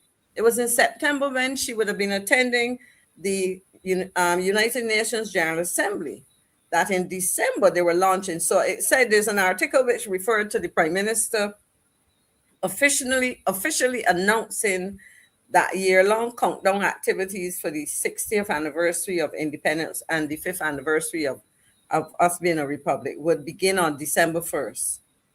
She noted that the Diamond Jubilee milestone itself arrives on November 30th, as we know, and emphasized that Barbadians in the diaspora could host local events leading up and so on. And she went through, some information on what's happening. Lo and behold, what are we hearing now? Or what did we hear recently? I think sometime in June, the Prime Minister decided that you know what? I have other things to do with the resources. And there was an announcement that they were going to cut. Scale back. Yeah, they were going to scale back to 3 months instead of, 3 years. I'm looking at the program. Okay, the article, there's an article by Ricardo Roberts. Independence Republic celebration scale back as PM prioritizes cost relief. But we had. Sorry to interrupt you, Maxine. No, go ahead. Mm-hmm. As the Prime Minister, could you repeat that statement again? As the Prime Minister, what? No, I have to make sure that I heard you correctly. Oh yeah, I gotta get it for you. It says Independence Republic celebration scale back as PM prioritizes cost relief. Let me just read a couple sentences from that article. The government will scale down dual celebrations of independence and Republican status, absorb fuel costs to shield households from global price shocks, and prepare to take a new constitution of Barbados to public consultation, Prime Minister Motley has said. Addressing citizens at the Ideas Forum town hall meeting, Motley said guiding a small island state through global conflict and inflation requires difficult, empathetic choices. To prioritize public funds for economic relief rather than pageantry, she confirmed that the government will compress the dual celebrations marking the 60th anniversary of independence and the 50th anniversary of the Republic in a 3-month period. Now, I want to say to our Prime Minister, Madame Motley, Prime Minister of Barbados, I have been around a long time, and I don't understand how you can comfortably talk about, what's the word again? Prioritizing public funds for economic relief and inflation requires difficult decisions. Yet we have, put back at the picture there, Dave, a monument that was supposed to be part of our Carifesta celebrations and before that, where millions of dollars have been spent supposedly, and that looks nothing near to completion. We can go to this second picture here, and as Calerts is asking, so why did she not think of scaling back Carifesta? I looked at some estimates just now, and I was trying to see if there were funds budgeted. But you remember, Pastor Ferdinand, we went through a whole set of discussions about the monies that were allocated, not only to Carifesta, but to be gathering. Monies that we cannot see any substantial long-term impacts, legacy, call it what you will. In other words, we ain't know what to do with the money. And you're going to set these lofty, high-sounding words for something that is important. In a situation where we are talking about people needing to be reminded of the importance of good citizenship, identifying with your culture and all of these things, you are doing this. But you know what? My concern really and truly is, look at the expenditure on Carifesta. One event, regional event, where, as we can see, we have a lot of unfinished projects, significant amounts of money spent. I would like the Prime Minister to tell us what was the budget for the 1-year celebration of our 60th anniversary. What now is the revised budget for the 3-month celebration that she is proposing? Beyond the budget, what are the details of that? I can tell you, and I didn't get a chance to pull it up, but I can tell you about the events that took place. For the 50th anniversary, we had a year-long celebration, but we had, and in that year-long celebration, we had a whole range of activities. We had an Independence Day ceremonial parade, which we know is the case, with featuring 1,000 uniformed troops, and it was not a watered-down version where we try to pour everything into the pot and come up with a potpourri of activities that tire our troops and our children because we're packing too much. We had mega concerts and cultural showcases.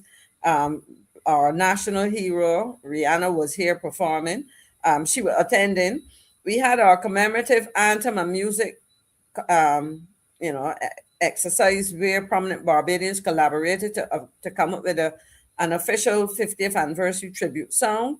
We had our Barbados Jubilee Awards. We had Paris-specific programs, arts and sports activities, the National Independence Festival, creative arts, art exhibitions, public walks and runs, commemorative cricket matches, motorsports rally, spiritual and Thanksgiving services, and I could go on. And these things were done. There was a clear budget. The then leader of the opposition, now Prime Minister, sought to criticize those activities and that whole celebration, I think, and she also did it with our Carrie Festa and so on. And here we are now facing what I anticipate will be nothing of substantive value for Barbadians in terms of events which would edify, which would educate people, which will stimulate the creativity of our young people and so on. So essentially, and look at that, we saw the budget for Carrie Festa skyrocket. I can go back and in my notes from a previous presentation on the show later on and show you how much money was allocated, millions of dollars, because we had regathering allocations in almost every ministry. Tourism, Prime Minister's office, several areas in the Prime Minister's office, foreign affairs, trade, you name it, there were allocations for regathering. And what did we have? And more importantly, and I didn't even mention that in 2016, we had our last diaspora conference where Barbadians came home. We were supposed to have Barbadians coming home every month, which really didn't make sense, because if I'm from St. James or St. Michael and my son lives in St. James and we're celebrating and he's overseas to come home, he's not going to come home for St. Michael's celebration with and then a St. James. I mean, it was poorly thought out, poorly executed. And right now what we have is a truncation of what we thought was proposed and no proper explanation. But you know what, Pastor Ferdinand, and you can keep me in touch. Now, let me check the time because I know that Apostle is supposed to come on soon. So you will signal to me once he is in. But what we are seeing is a continuation of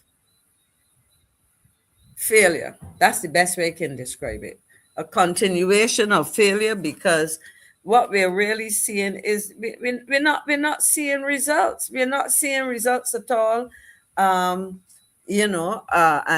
properly executed projects coming in within budget, meaningful activities that help to develop our young people in a situation where we are facing a lot of delinquency, violence, poor performance in school for a number of our young people, alienation from what is considered mainstream Barbadian life. So I really would like for the government, starting with the Prime Minister, because she made the announcement of the truncation of the exercise, to share with Barbadians what we can expect. Now, I will say this and pause. Many people are wondering, I've been asked, I've heard people say it, and I will put it on the table to ask. Are we facing a situation where the Prime Minister has decided that she will seek to erase any vestiges of Errol Barrow as the father of independence along with major symbols of accomplishment of successive Democratic Labour Party governments. I ask that because we look at the demolition of certain things. You know, for example, we hear that the demolition of what was the original NIS building, some people felt that didn't have to go that way. You know, the elimination of certain kinds of programs, the decision not to host independent activity at the garrison, but we can put a circus up there. And I don't know where it is in proximity to the monument. The disregard then of the maintenance of, you know, critical aspects of our history and heritage, because they seem to be associated not with Mayor Motley, the Mayor Motley administration or her political party.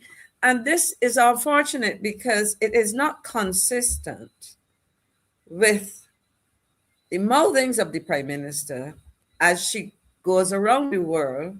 And I have no difficulty, I believe very strongly on the subject of reparations. We can discuss what it means, how it can become effective. And we also have to understand the pushback from those who should be addressing it. But here you go around the world talking about all of these positive things, but your behaviors in Barbados are so partisan as to seek to eliminate things that are essentially Barbadian, or to ignore them, or to downplay them, and ultimately destroy a lot of what is our heritage and history, and destroy what should be part of a body of knowledge for the generations to come. I will pause there, sir. Well, thank you so much, Maxine. I mean, I will never cut off the dialogue you have, and as you know, I always enjoy bringing in Apostle into his segment, you know, sliding in along with yours, because I believe that there's a lot, when I look at the subject matter of the two of you, one following the other, there's a lot that can be synergized together. So let me take the opportunity to welcome him first before I make any comments, before he actually gets into his segment. Good evening, Apostle. Good to see you so relaxed. Yes, sir. Yes, sir. Good evening. Good evening, Ralph. And smiling sweetly. Yes. I was sitting here listening to you just cheer to this administration. You know, so many things you said that are absolutely correct. So I just sat here and I was smiling and happy to be here with you guys on tonight, you know, for another amazing time. So thank you so much for having me with you guys on tonight. And it's always good to be with both of you. So I'm very, very excited to be here tonight. And good to share the program with both you gentlemen.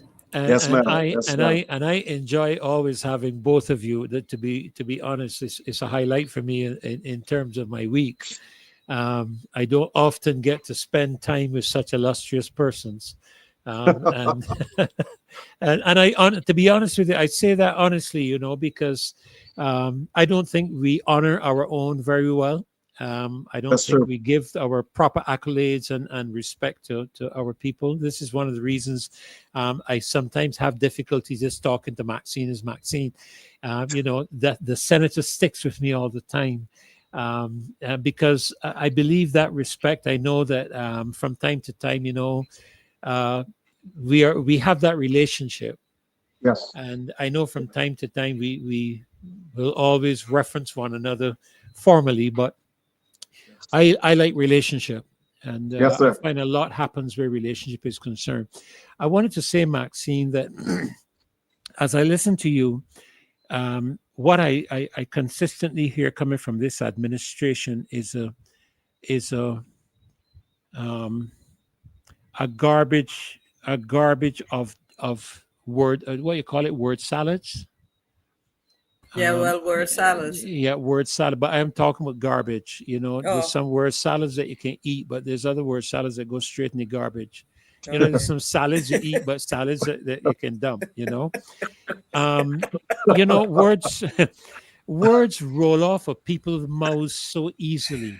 True. And I don't know if people stop to think about what they are saying and the impact that is having on people when they hear it. You know, I listened to her comments, not her opening, her comments at the opening of that new Neil and Massey outlet. And I really must say it is disingenuous for the Prime Minister. It's funny that she's now, after 8 years of a totally disastrous activity when it comes to the cost of living in Barbados, it is disingenuous of her to come now to talk about paying attention to the cost relief. Oh, man.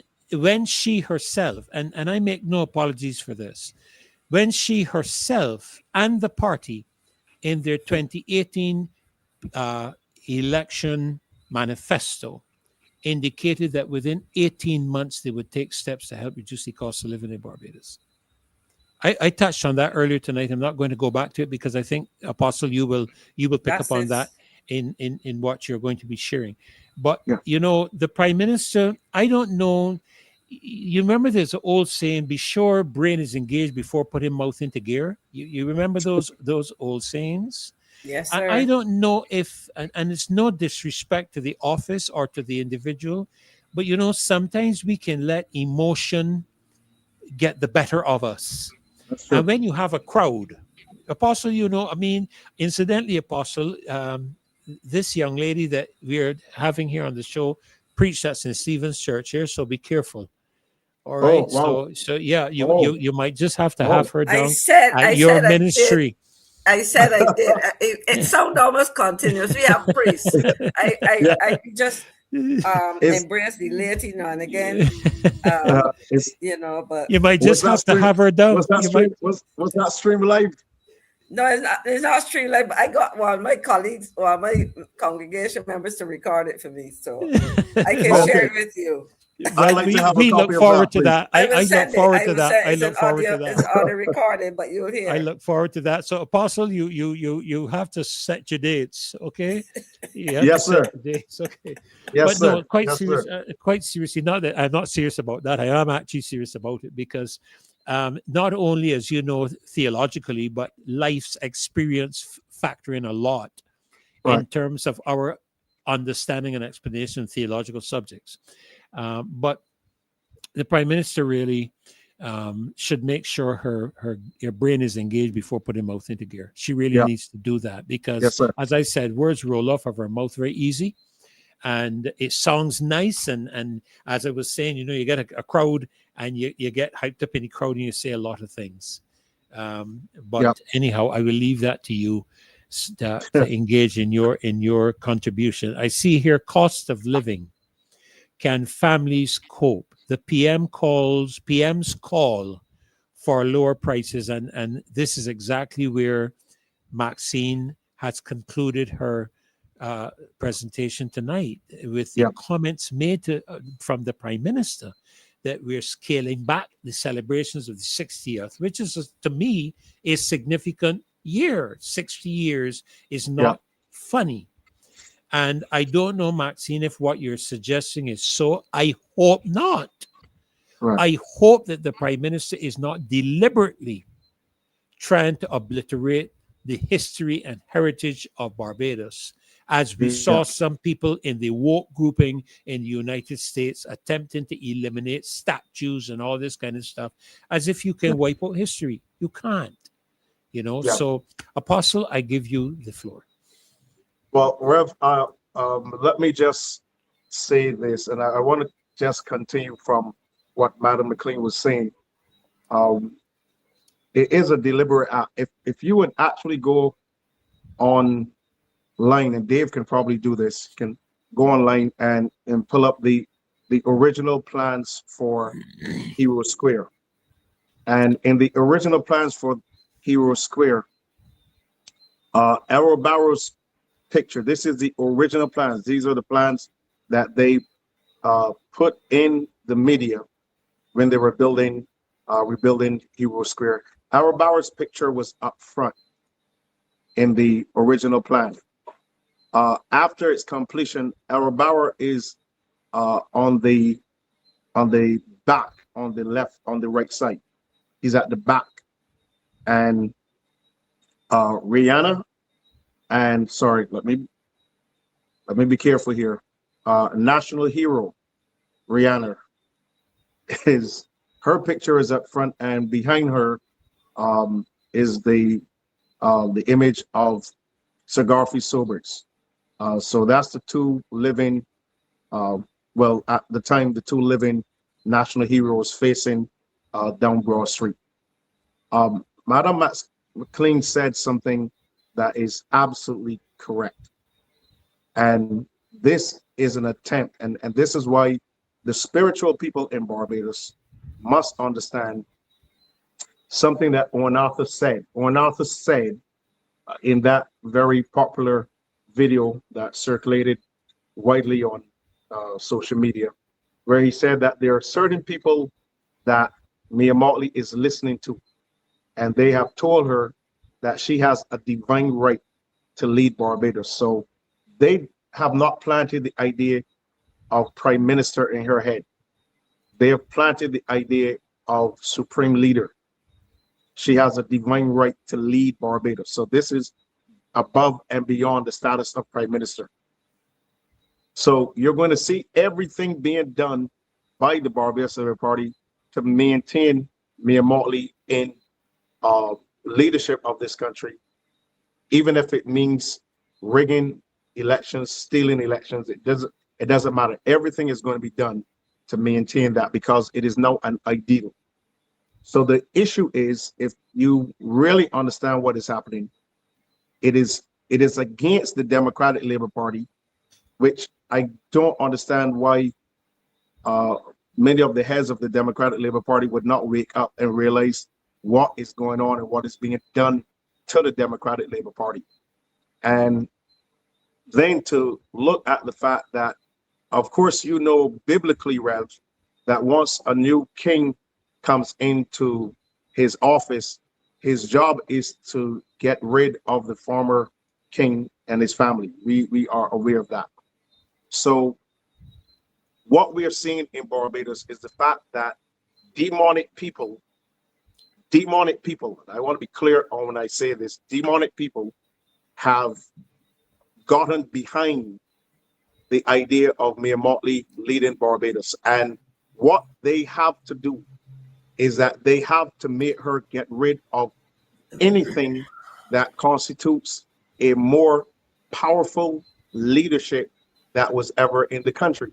Well, the only other leadership that we know of in the country that has major impact on us as a people is the Right Excellent Errol Walton Barrow, father of independence. We understand all of this, bringing Barbados into the state of independence, all of the things that he's done in relation to lifting the country.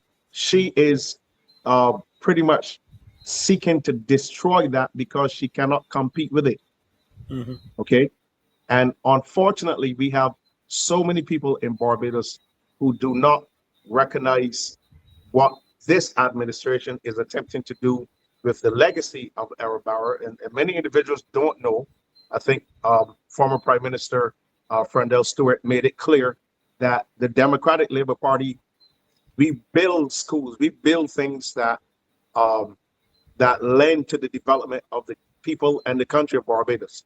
So the Democratic Labour Party built the airport, but lost the election, and that gave the Barbados Labour Party the opportunity to name it after Grantley Adams, but they had really no real input in building the airport. He says we build schools. So when you look at what is happening, there's a very careful construct of this administration, and namely the persons who are advising Mia Motley. You can see very clearly that she has to remove any trace, any legacy of Errol Barrow, which means that you have to start from very, very young. You have to make sure in the schools, there's in the primary schools, there's nothing said about him. There's nothing said about his legacy. Years ago, you had the L. Bauer Memorial Lecture. You had the spelling competition back in Independence. So all of these things that are being done to erase the legacy of L. Bauer, and this is pretty much what is happening. And I wish that the people in Barbados who are spiritual enough to wake up and realize what is actually happening. I hope that the Democratic Labour Party will open their eyes and get up, realize what is happening. This is a very carefully constructed demonic assignment against the legacy of our Bauer. Anyone that understands how we honor people, there's no way that our Bauer's picture should be at the back as the father of independence in Hero Square. That should never be the case. So all of these things that you're saying that are very clear pictures, and folk may be wondering why this is the case, where the cost of living, how we're going to tie this in. I'm going to show you how it's going to tie in, because we have to now also make the people depend on the Motley administration. And one way, as we know, to make the people depend on you is to take away leverage from the people. And so with the cost of living so high in Barbados right now, and this careful design of the Motley administration to erase the legacy of L. Bauer and all of this scaling back of independence. But you could have scaled back Crop Over. You could have scaled back Carrie Fester. You could have scaled back the election. Okay, all of these things pretty much that disrupt the regular and normal processes of our people here. All of these are things that are being done over and over right in front of the faces of people, the lies over and over and over. You think about the fact that we're leading up to our independence. We have a big issue of a circus at the garrison, a circus at the garrison, where there's so many other properties and land available in Barbados, where even here in St. Peter, we have so many areas, even at Hayman's and Worley's plantation, where huge pieces of land are available for events. Like if you put this stuff at the garrison and you want to tell people, okay, well, this is the best place for us to do stuff for this. So it is always, let's find a way to attack our Bauer. So what's really horrible is for this administration to put a circus on the very place where Barbados experienced in 1966, November the 30th, becoming an independent nation. And now we're seeing this activity. So what I want to say here is, with this in mind, it has to also go to the place where the cost of living has to increase, not because it should, but because it is a very carefully constructed system to make people depend on this administration that will give rise to the fame of Mayor Amor Motley. Let's look at biblically now. In Nehemiah chapter 5, the Bible clearly tells us that there was a carefully constructed element to keep people poor. Nehemiah chapter 5, when Nehemiah came to power, and Nehemiah visited his brothers and found out how heavily they were being taxed. They said, some of our children have been sold already to pay the high taxes. We haven't been able to eat. We've mortgaged our houses and our lands and all of these things. And Nehemiah laid a very heavy charge on them to give back their brothers all of the money, all of the corn, all of the wine, everything that they took from them, give them back all of it. And he laid a charge against them, shook his lap and said, if anyone does not adhere to this, he says, I'm shaking my lap, and may the Lord do this to any person who does not give back to the people what rightfully belongs to them. Then we know, Rev, in Judges 14, we have the issue of the young man Gideon. We understand Gideon was in the wine press, hiding his produce, hiding his success, threshing wheat in the wine press. And the angel of the Lord appeared to him. The Bible says that the children of Israel did evil in the sight of the Lord. He handed them over to Midian for 7 years, and they were greatly impoverished because of the Midianites. And you go through the Bible and you will see over and over where the issue of high cost of living, high taxation, hard work, hardly any pay, all of these were demonic practices to keep people in line and keep them under control. You look at Egypt, for instance, with Moses, how they increased the labor and put more pressure on them because it was a plan. Bible says the Pharaoh did not know Joseph. He did not know about the work of Joseph.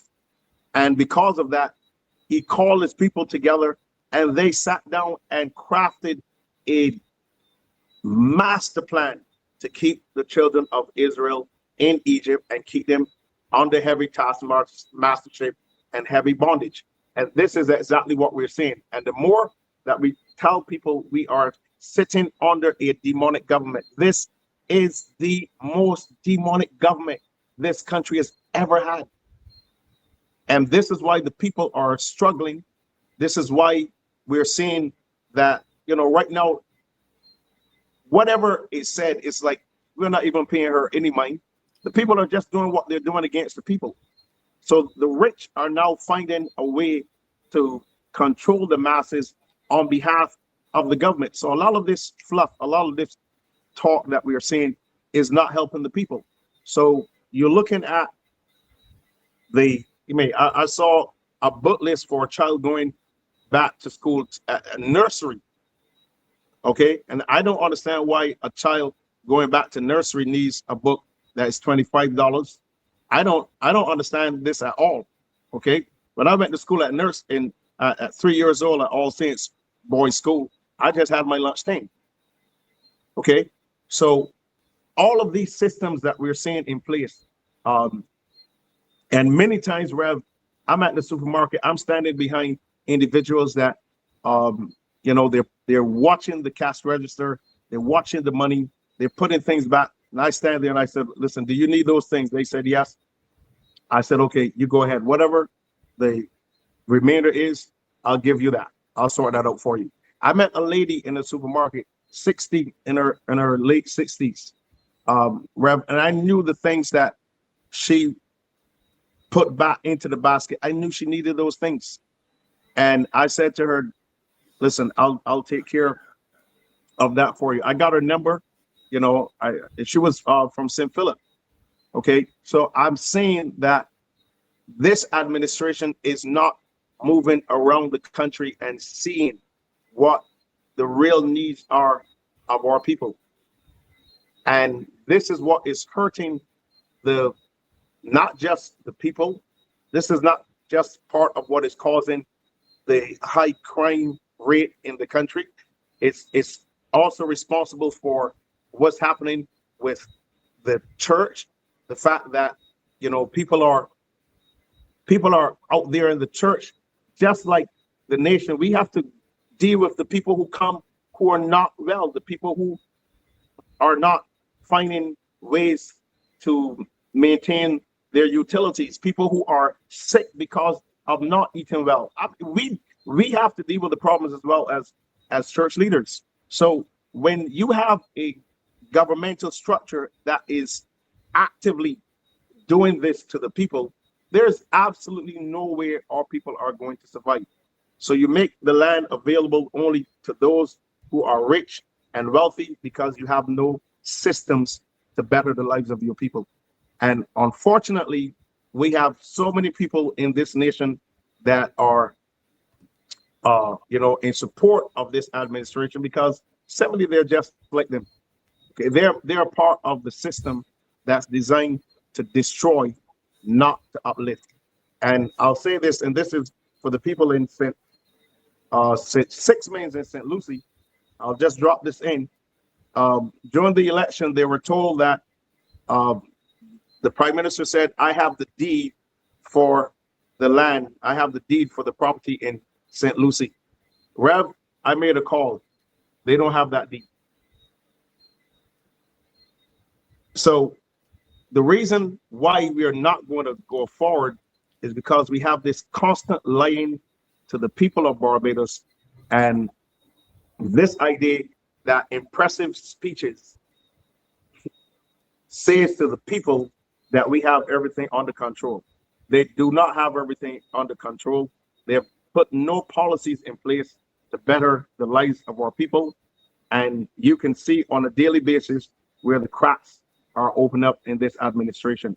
So, I want to agree with what Madam McClean said here tonight. There is a very careful, massively designed plan by the Barbados Labour Party and those who are controlling the Barbados Labour Party to erase the legacy of Aaron Bauer, and they need to believe it. And the Democratic Labour Party needs to get up and do something about it right now. That's my first phase tonight, Raz. Well, it's funny. I am hearing. I hesitated to say anything, but I'm hearing about some possible disruptions, Maxine, within the government. Allegedly. Allegedly, I don't know, because as Dr. Williams said, the social media is a platform for misinformation and false information. But as I shared tonight with in response to her comments, when you have everybody else coming out with the facts, it's no longer misinformation and false information. There you go. These are facts. I mean, I listened to your presentation, Maxine. These are facts. I listened to you, Apostle. These are facts. And as a result of that, we really have to ask ourselves the question, does this government really care about its people? And when, and I like how Marcia put it, when something isn't working in Barbados, who is accountable? I listen and what are we actually doing to fix the matter? I listened to the minister. I can't remember her portfolio, Marcia Cattle, Maxine. And I listened to the Prime Minister at the opening of Massey Stores. And I couldn't help but think to myself that what is happening in our country is neither transparent, or are there people who think they need to be or should be held accountable? I don't even want to go back into the circus fiasco. But when I listened to Rose, I think you heard, I don't know, possibly if you heard what Rose shared concerning the sanitation department and her frustrations with the garbage disposal bins. And then when I listened to what you are speaking, what you spoke about, Maxine, in terms of the scaling back,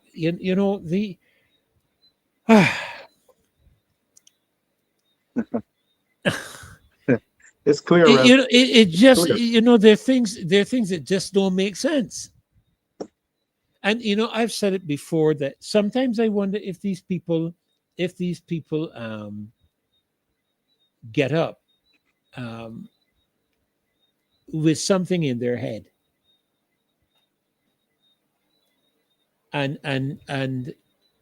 open their mouth and something comes out. If I can't remember, let me see if I can remember the quotation correctly. I think, Maxie, you are the ex-minister of Foreign Affairs, so you might remember a statement by Ronald Reagan, who said something along this line: one of the most fearful statements to hear is, I am from the government and I'm here to help. Yes. Because what I'm hearing or what I'm seeing being formulated is a dependency. In other words, it's like you're trying to put the people in a position that they can't get through unless they can get handouts like what's happening with some of these schools now. Where they're, I can't remember all the details about it. I think it was it a church or something like that? I can't remember. I think some synergy between the church and the government for the distribution of They gave the church, was it some amount of money recently?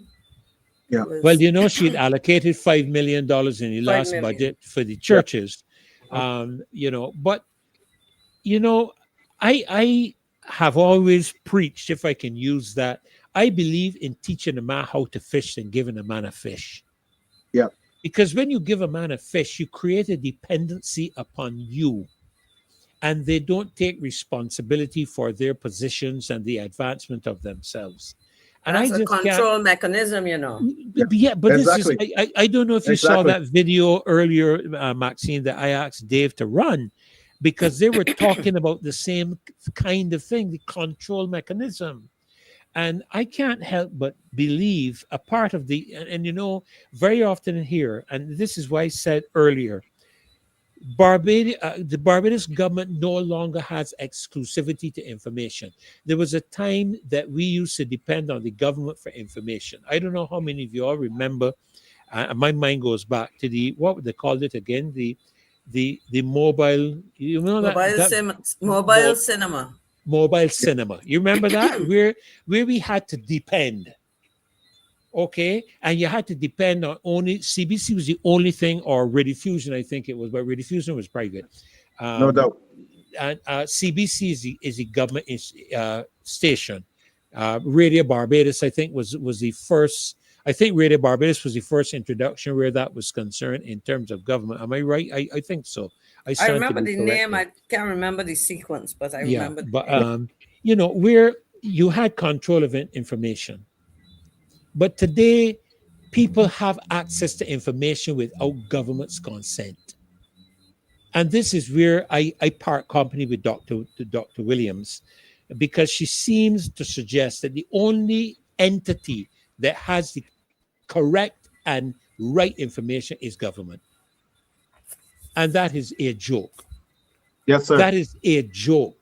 Yes, sir. Not today. I can't speak, and I don't want to speak on anything that has happened before, because I think we had a lot more education involved where my earlier days and whatnot were concerned. All right. But I am troubled. I see Dave said something here to me. He asked me to please comment on this Independence Day, Republic Day nonsense. Well, I had said from the beginning, Apostle, coming back to you now. Yeah. I had said from the beginning that it was a major error to blend the two. Again, that was deliberate. Yes, I believe it was deliberate to wipe out a legacy, because when my children, my grandchildren, and my great-grandchildren grow up, what they will hear is Mia Motley and Republic Day. That is what they will hear. All Correct. Right? It was the same, and respectfully, I don't want to get into the thing of statues or whatnot, but when they moved, what was Lord Nelson? Yeah. When they moved Lord Nelson, my question was, but why? When my grandchildren come up Broad Street and see that statue, they will ask a question. Who is he? What significance does he play in my country? I don't know about that crap, pardon my expression, they got a replacement there, because the only thing I can see similar to that is the Barbados Labour Party logo. That's the only similarity I can pull where that is concerned. It says absolutely nothing. Pretty much. Right? When I go into Independence Square for whatever anybody has to say, and I see the statue of the Right Honorable Errol Barrow, my grandchildren, great-grandchildren ask me, well, who is he? Right. What significance did he play? When I go up Bay Street and I see the statue of Sir Grantley Adams, my great-grandchildren or grandchildren will ask me the same question. When I go down, what you call down there again, Fontebelle, and I see the statue of Sir Garfield Sobers, the thing I'm trying to say is that these monuments, if you want to call them, are strategic in remembering where we have come from, right, and where we are and where we are going. What do we have for Republic? Please tell me, what do we have that tells us Barbados is a republic? Trinidad has them separate. I think Guyana has them separate as well. I stand to be corrected, but I think they do. The United States have them separate. But we stupid enough to come in Barbados and put the two together. Now, mind you, at the same time, she was adamant about cutting the vestiges of the colonial masters. And I asked the question, why then did you not replace the Queen's birthday, which would be one of a significant cut of colonial vestiges, and put Republic Day instead? Because it is the final vestiges, if you all understand what I'm saying, regarding our colonial past. Why pick the same day that the father of the nation established for Independence Day? You all, sorry, Apostle, I didn't mean to go on with such a long thing. Well, you're very passionate about this aspect, and again, as I mentioned earlier, it's very clear what's happening, and we shouldn't accept it. We shouldn't accept it. We really shouldn't. But again, as I said, this is also a necessary work for the Democratic Labour Party to get up. Get and up off their laurels. This would be a very good move for them to penetrate Barbados by seeking to protect the legacy of our bar. I think this would be a very good move for them if they can get up and do something about it now. But one of the things that I want to clearly mention here again is this aspect of recognizing what leadership does. And I've always said this, that whenever you select a leader, you select a mindset. Okay, you cannot have a leader without being under the mindset of that leader. And the mindset of the leader is critical to the consciousness of the people. So what we have seen over and over and over is the mindset of this administration and its leader is to destroy and dispose of anyone who has the potential of being better than them or being loved more by the people than they are. That's basically what's happening. Okay. I see Trevor says the 91st time hearing me at a loss for words. That says a lot. Because I can't find words. I'm sorry, I can't find words to explain it. Maxine, can you help us? Help me in discipline. Apostle. I would just comment and then ask Apostle to continue. I just see at the heart of a lot of what's happening two things. One, in discipline, to the extent that too often we hear the Prime Minister likes to present herself as somebody who can speak on the spur of the moment and so on. And I find that her decision making follows that. If you look at several, if you go back to 2020, the period of COVID, when you had reports from ministers and so on, Prime Minister will come in the middle of something and make an announcement, and you read the room and you realize people are asking themselves, how do we get this to work? We now have to go figure it out. There's indiscipline and there is a lot. Over to you, Apostle. Yeah, because I think let me continue on that vein. You're saying again this very huge lack of wisdom, and one of the things that over the years, a phrase that I've paid close attention to is what is within is without, and what is above below is below. Okay, as it is above, so it is below, and I understand the reality of these these levels. But so often, the truth is right in front of us. And as far as Dr. Williams is concerned, there's no way that Barbados can trust her after this debacle with COVID. There's absolutely no way. She was one of the folk that wanted Barbadians to trust the science. So there's no way that she can be trusted. And I've science? I've made it clear to, members when it comes to vaccinating their children, going back into school, scrap that. There's no way we can trust these people. And these are supposed to be educated. These are supposed to be doctors and all kind of, high level individuals. And we can't trust them. We can't trust these people after COVID. Okay. But heading back to the point that I want to make about this, and I want to use neurology as the basis for what I'm going to quickly say here. In the brain, Rev, there's something called the kinesin. The kinesin is a protein transmitter. It takes a certain kind of protein into areas of the brain. It travels on something called the axon, which is in an area called the cytoskeleton. And this kinesin carries a protein into an area of the brain. And it goes there especially to take a certain kind of protein to wake up that area of the brain.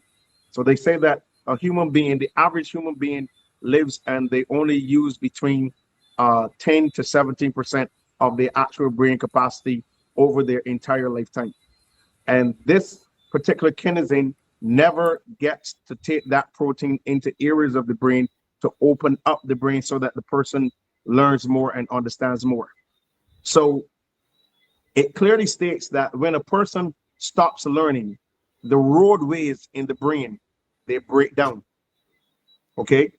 And this is what leads to things like dementia, Parkinson's disease, loss of memory, all of these different areas, because the roadways, they break down.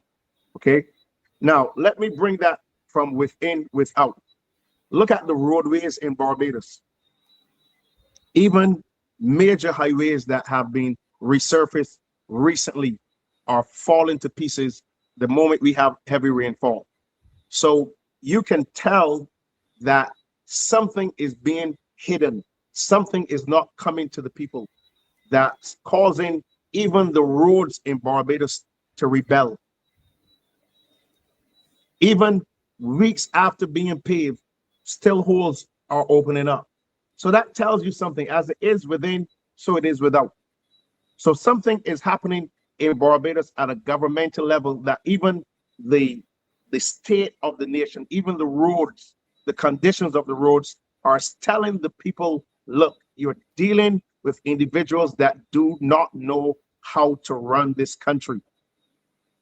And unfortunately, we have so many individuals, I said, even ministers within the church that love this administration so much. You can't say nothing against this administration. You can't say anything against Mayor Motley without somebody going off. They're not even sitting to listen, to even give a moment of thought to what you are saying. You just say something against this administration. You got all these paid watchdogs that come and they want to insult you. They want to discredit you. They want to speak evil to you and against you, but they're not even stopping to think. And this is a clear picture of what is happening. The fact that our people can see what is happening blatantly in front of them. To the point, I think some years ago, there was this idea that, Barbadians should even pay more to leave your own country than visitors. So when you're at this point, how can you sit and ask yourself, why are things so hard when it is clear there's something on a very heavy demonic level that is being levied on the people of Barbados, and at some point in time it's got to stop, or it is going to stop. But this is not going to continue all the time. So I want our people to take the time to wake up and realize what is happening in our nation. Housing is bad, roads are bad, sanitation is bad. You got these horrible internet providers that are ain't flowing, and Digi needs to be put in a cell, because all of this craziness that you have happening here, calls, you know, that are just dropping out, and nobody is saying we need to get this fixed. This, we cannot be paying so much money and the service is so horrible, Rev. So somebody has to get up. Somebody has to stand up for Barbadians if we are ever going to get this island back on track. The work that needs to be done has to be done now. But fortunately, Apostle, fortunately, Maxine, we have this program. Thank God. We have the loyal opposition. People that will come and state their mind. And I'm so sorry I couldn't take, I've been trying to take some of the comments, and David's been trying to help me with some of the comments coming up on the screen that you would have read. But you know, it's not my package. Let me say this quickly, because our time is running short and I want to try and wrap up in 10 minutes. You think that's possible, Maxine? Hopefully. Yeah, we could. We could. We would say what have some of what we want to say until next time. Yes. But you know, let me go back to the beginning, the book of beginnings. Man was made from the dust of the earth, and until God breathed into him the breath of life, he was soil. That's all he was. He couldn't move an inch, so that who we are really is not what you see. And you follow me? Who you are, who I am, is not what you're looking at. Because the only difference between me as you're seeing me, or should I say there's a difference between me as you're seeing me and me in a coffin. You're still seeing the same body, but something is absent, something is missing. And so I really believe that a lot of what is happening in the natural begins in the spiritual. Of course, Apostle, you know, we know this. Yes, sir. And based on what Maxine shared with me tonight, I know she knows the same thing. It begins in the spirit realm. That's where it starts, and it manifests itself in the physical realm. We see this even in children. You don't have to teach a child to do wickedness, you know. You don't have to teach a child to be evil or to do what is wrong. If you leave a child on its own, it will automatically do something that is wrong. But then, of course, we begin to influence them, and I don't want to get into that tonight, because, you know, if you see a white child and a black child playing together, they don't know any prejudice, you know. They grow up and they see white, they see black, they play together, they don't know it till somebody start filling the mind with a lot of crap. Okay, but there is a trend toward doing what is wrong. And you have to try to guide them, and you have to try to teach them and so on. Because what happens in the natural is first in the spiritual. And I'm going to say this again tonight as we close. I said it before. Something changed over Barbados. Yes, sir. Between Ghana and this country. I'm not suggesting anything nefarious where Africa is concerned, because that is not always the case in every African a country, but there are some things that we know lie in the realm of the demonic. There are things you don't even have to go to Africa. You can go next door in some of our own Caribbean countries, and I won't call any names because I respect people from those countries. But there's something going on in Barbados that goes beyond what we are seeing, and along with it being, number one, strongly spiritual, it is a global agenda. Maxine, I had it on earlier. I don't know if you got a chance to see it, concerning the 2030 agenda. We hear the Prime Minister talking about all the time. And video after video I see tells me what is happening is not by accident. It is a plan. It is being directed by forces from outside of this country. Yes, and it sir. is time. You see, Maxine, you're correct. You know, there's a saying my wife reminded me of today, and she asked me, how come she's always saying that? Friends of all, satellites of none. Whose statement is that? And she is always expressing it. But whose statement was it? Our founding father of this country. And mind you, Maxine, back in those days, I was a Labour Party man. I grew up in the Labour Party with my mother and Tom Adams and my brother and my sister. I grew up in the Barbados Labour Party. I will have nothing to do with them today. Yeah. because it's not the party I know. And Owen Arthur warned us about it. I think, Apostle, you mentioned something about that a moment ago. Yep. Okay, so we need, something isn't working here. And who is accountable for it? The government and the Prime Minister, the people sitting in charge right now. You have no excuse. You have the full complement of Parliament. Why are you talking to us? The money that we have borrowed, why are the people still waiting for their salaries, Maxine? Guards, I ran into a guard recently, a school guard, who has not received their increase. These are people who, and this matter right now at the Garrison Savannah has to do, why people are pushing back on it. It has to do with income for the poor little boys that go and exercise those horses and run them around the garrison and all that, who cannot do it for the next couple of weeks. That is a serious impact to their income. But what are we doing? You know, I'm going to give you both a chance to share your closing comments. We have 5 minutes, so that gives you 2.5 minutes each. and I am not going to say anymore, but good night after you're finished. Ladies first. Okay, well, thank you. Let me. Thank you. I accept that. I just want to express my concern that for a country that in the last 60 years, because we're almost in November, as a small independent nation, was a country that the rest of the world looked up to and looked upon as a successful small state. Standards were high, behaviors of our citizens were similar, and we are at a place where we have literally and figuratively become the laughing stock of many. And we are reversing a lot of what we've achieved. As we were talking, I looked at a message talking about 2 people caught up in a chopping incident in Baxter's Road. I saw a video, same thing sitting here, young women fighting in public. And even a dog joining in the scaffold. I mean, it is.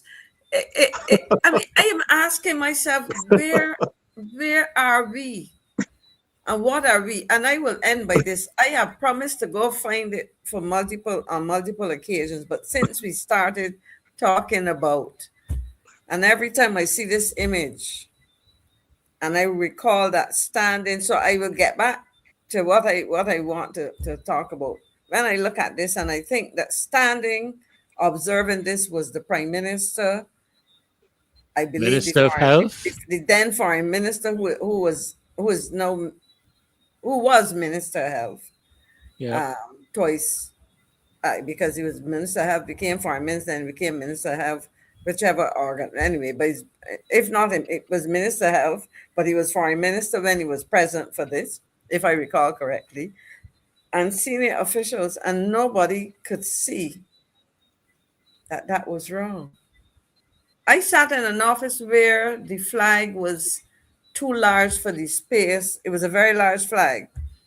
And I insisted on every turn that the edges of that flag did not touch the carpet in that office, the floor in that office.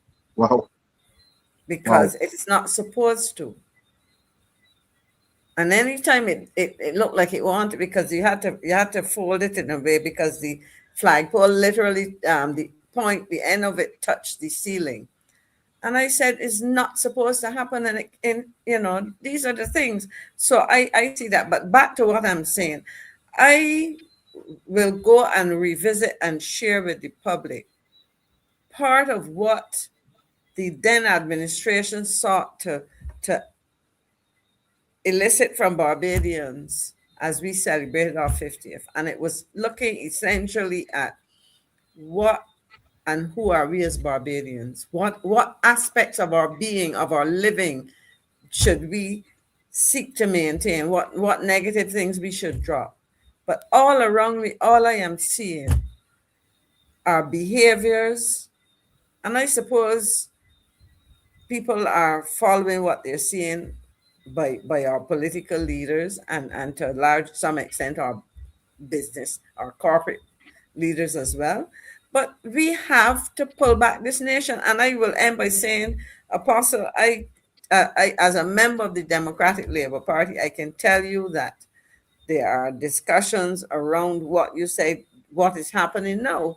And I take the challenge that you have thrown out, that we, as the party that led this country into independence and accomplished a whole set of things as a young nation, now that we have reached the stage that we have to make sure that in office or out of office, we Correct. do our part to pull it Yes, back ma'am.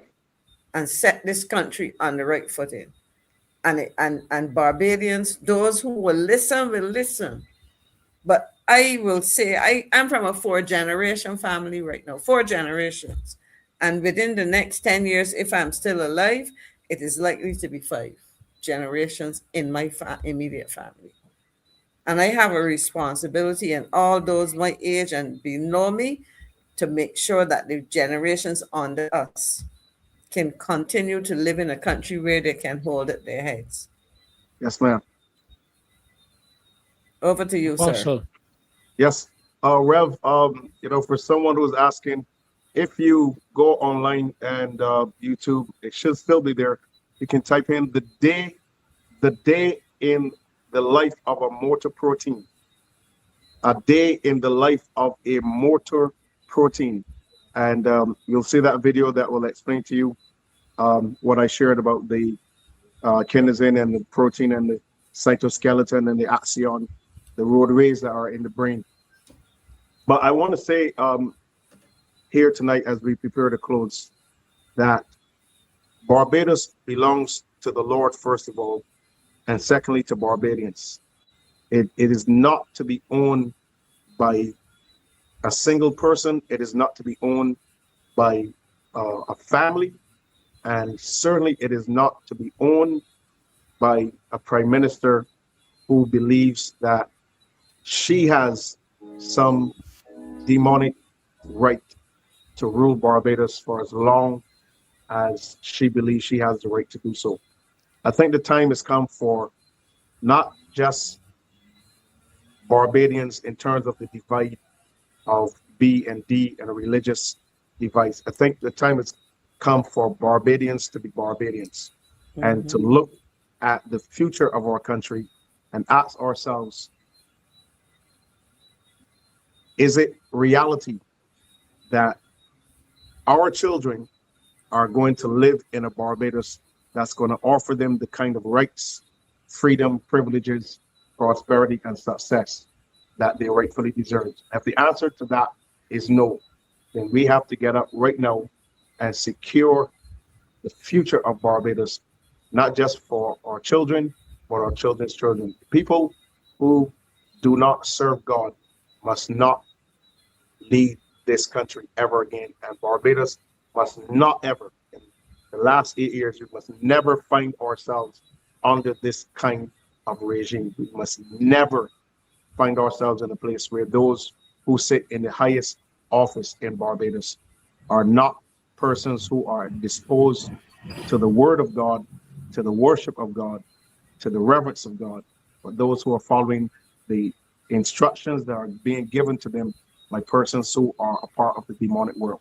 And I want to make it abundantly clear that this nation belongs to the Lord, and God is going to do something to put this nation back into the hands of the right people that will allow him to do what he needs to do to make Barbados the type of nation that it needs to be. That's my closing remarks, Cindy. Well, our national anthem enshrines that perspective for us. The Lord has been the people's guide for past 300 years. With him still on the people's side, we have no doubts or fears. Upward and onward we shall go, inspired, exalted, free. And greater will our nation grow in strength and unity. I commit myself every Friday to the national pledge.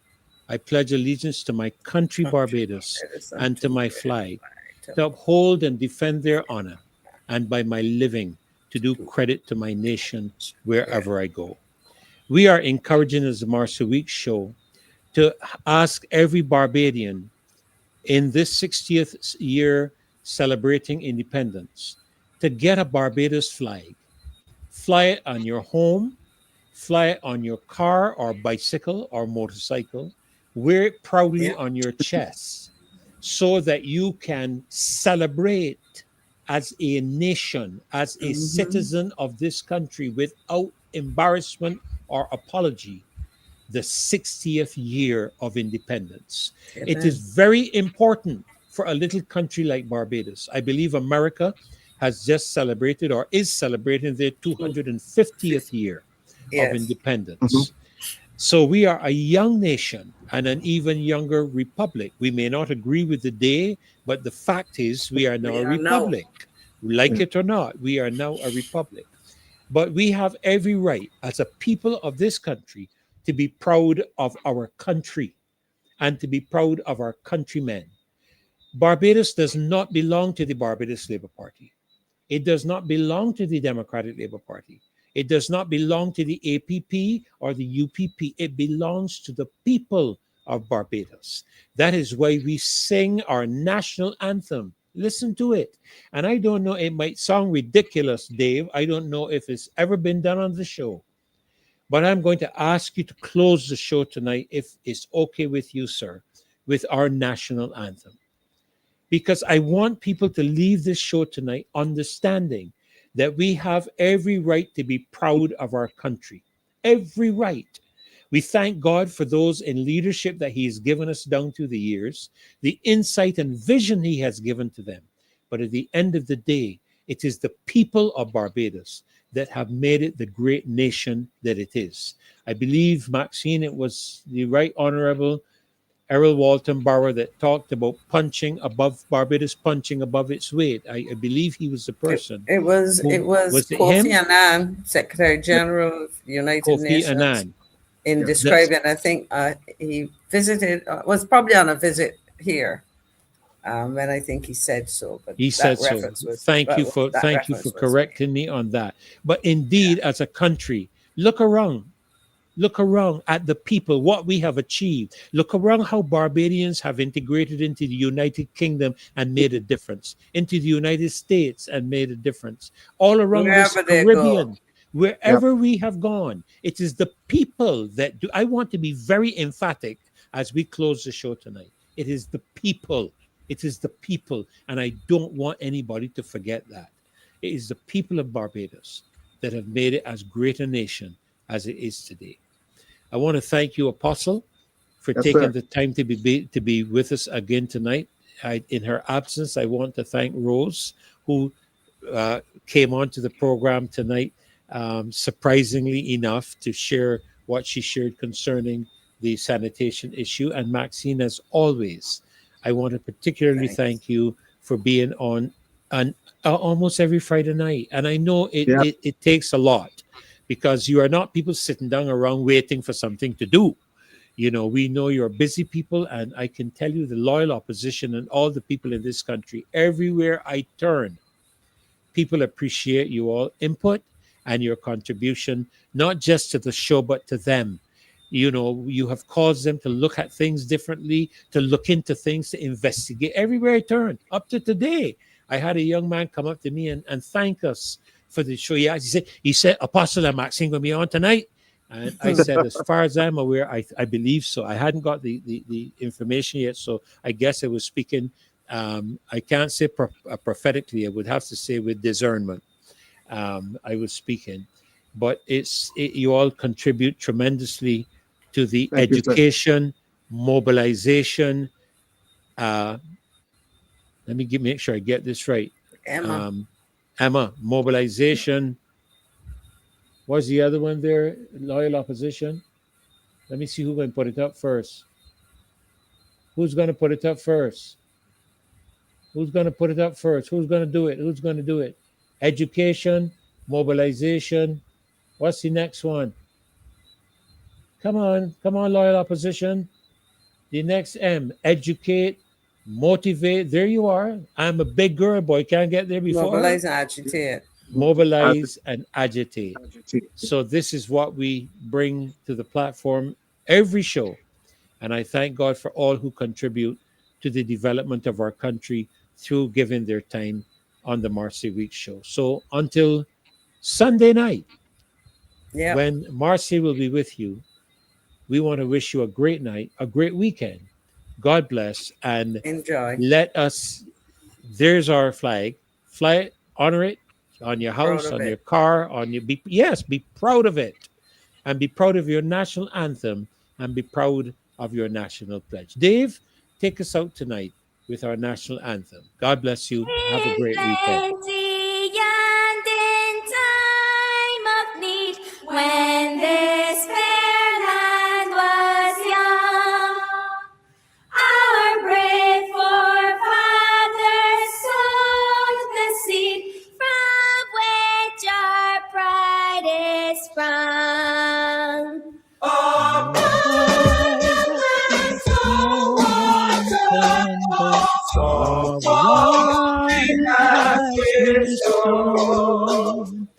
That binds our hearts from coast to coast, the pride of nationhood.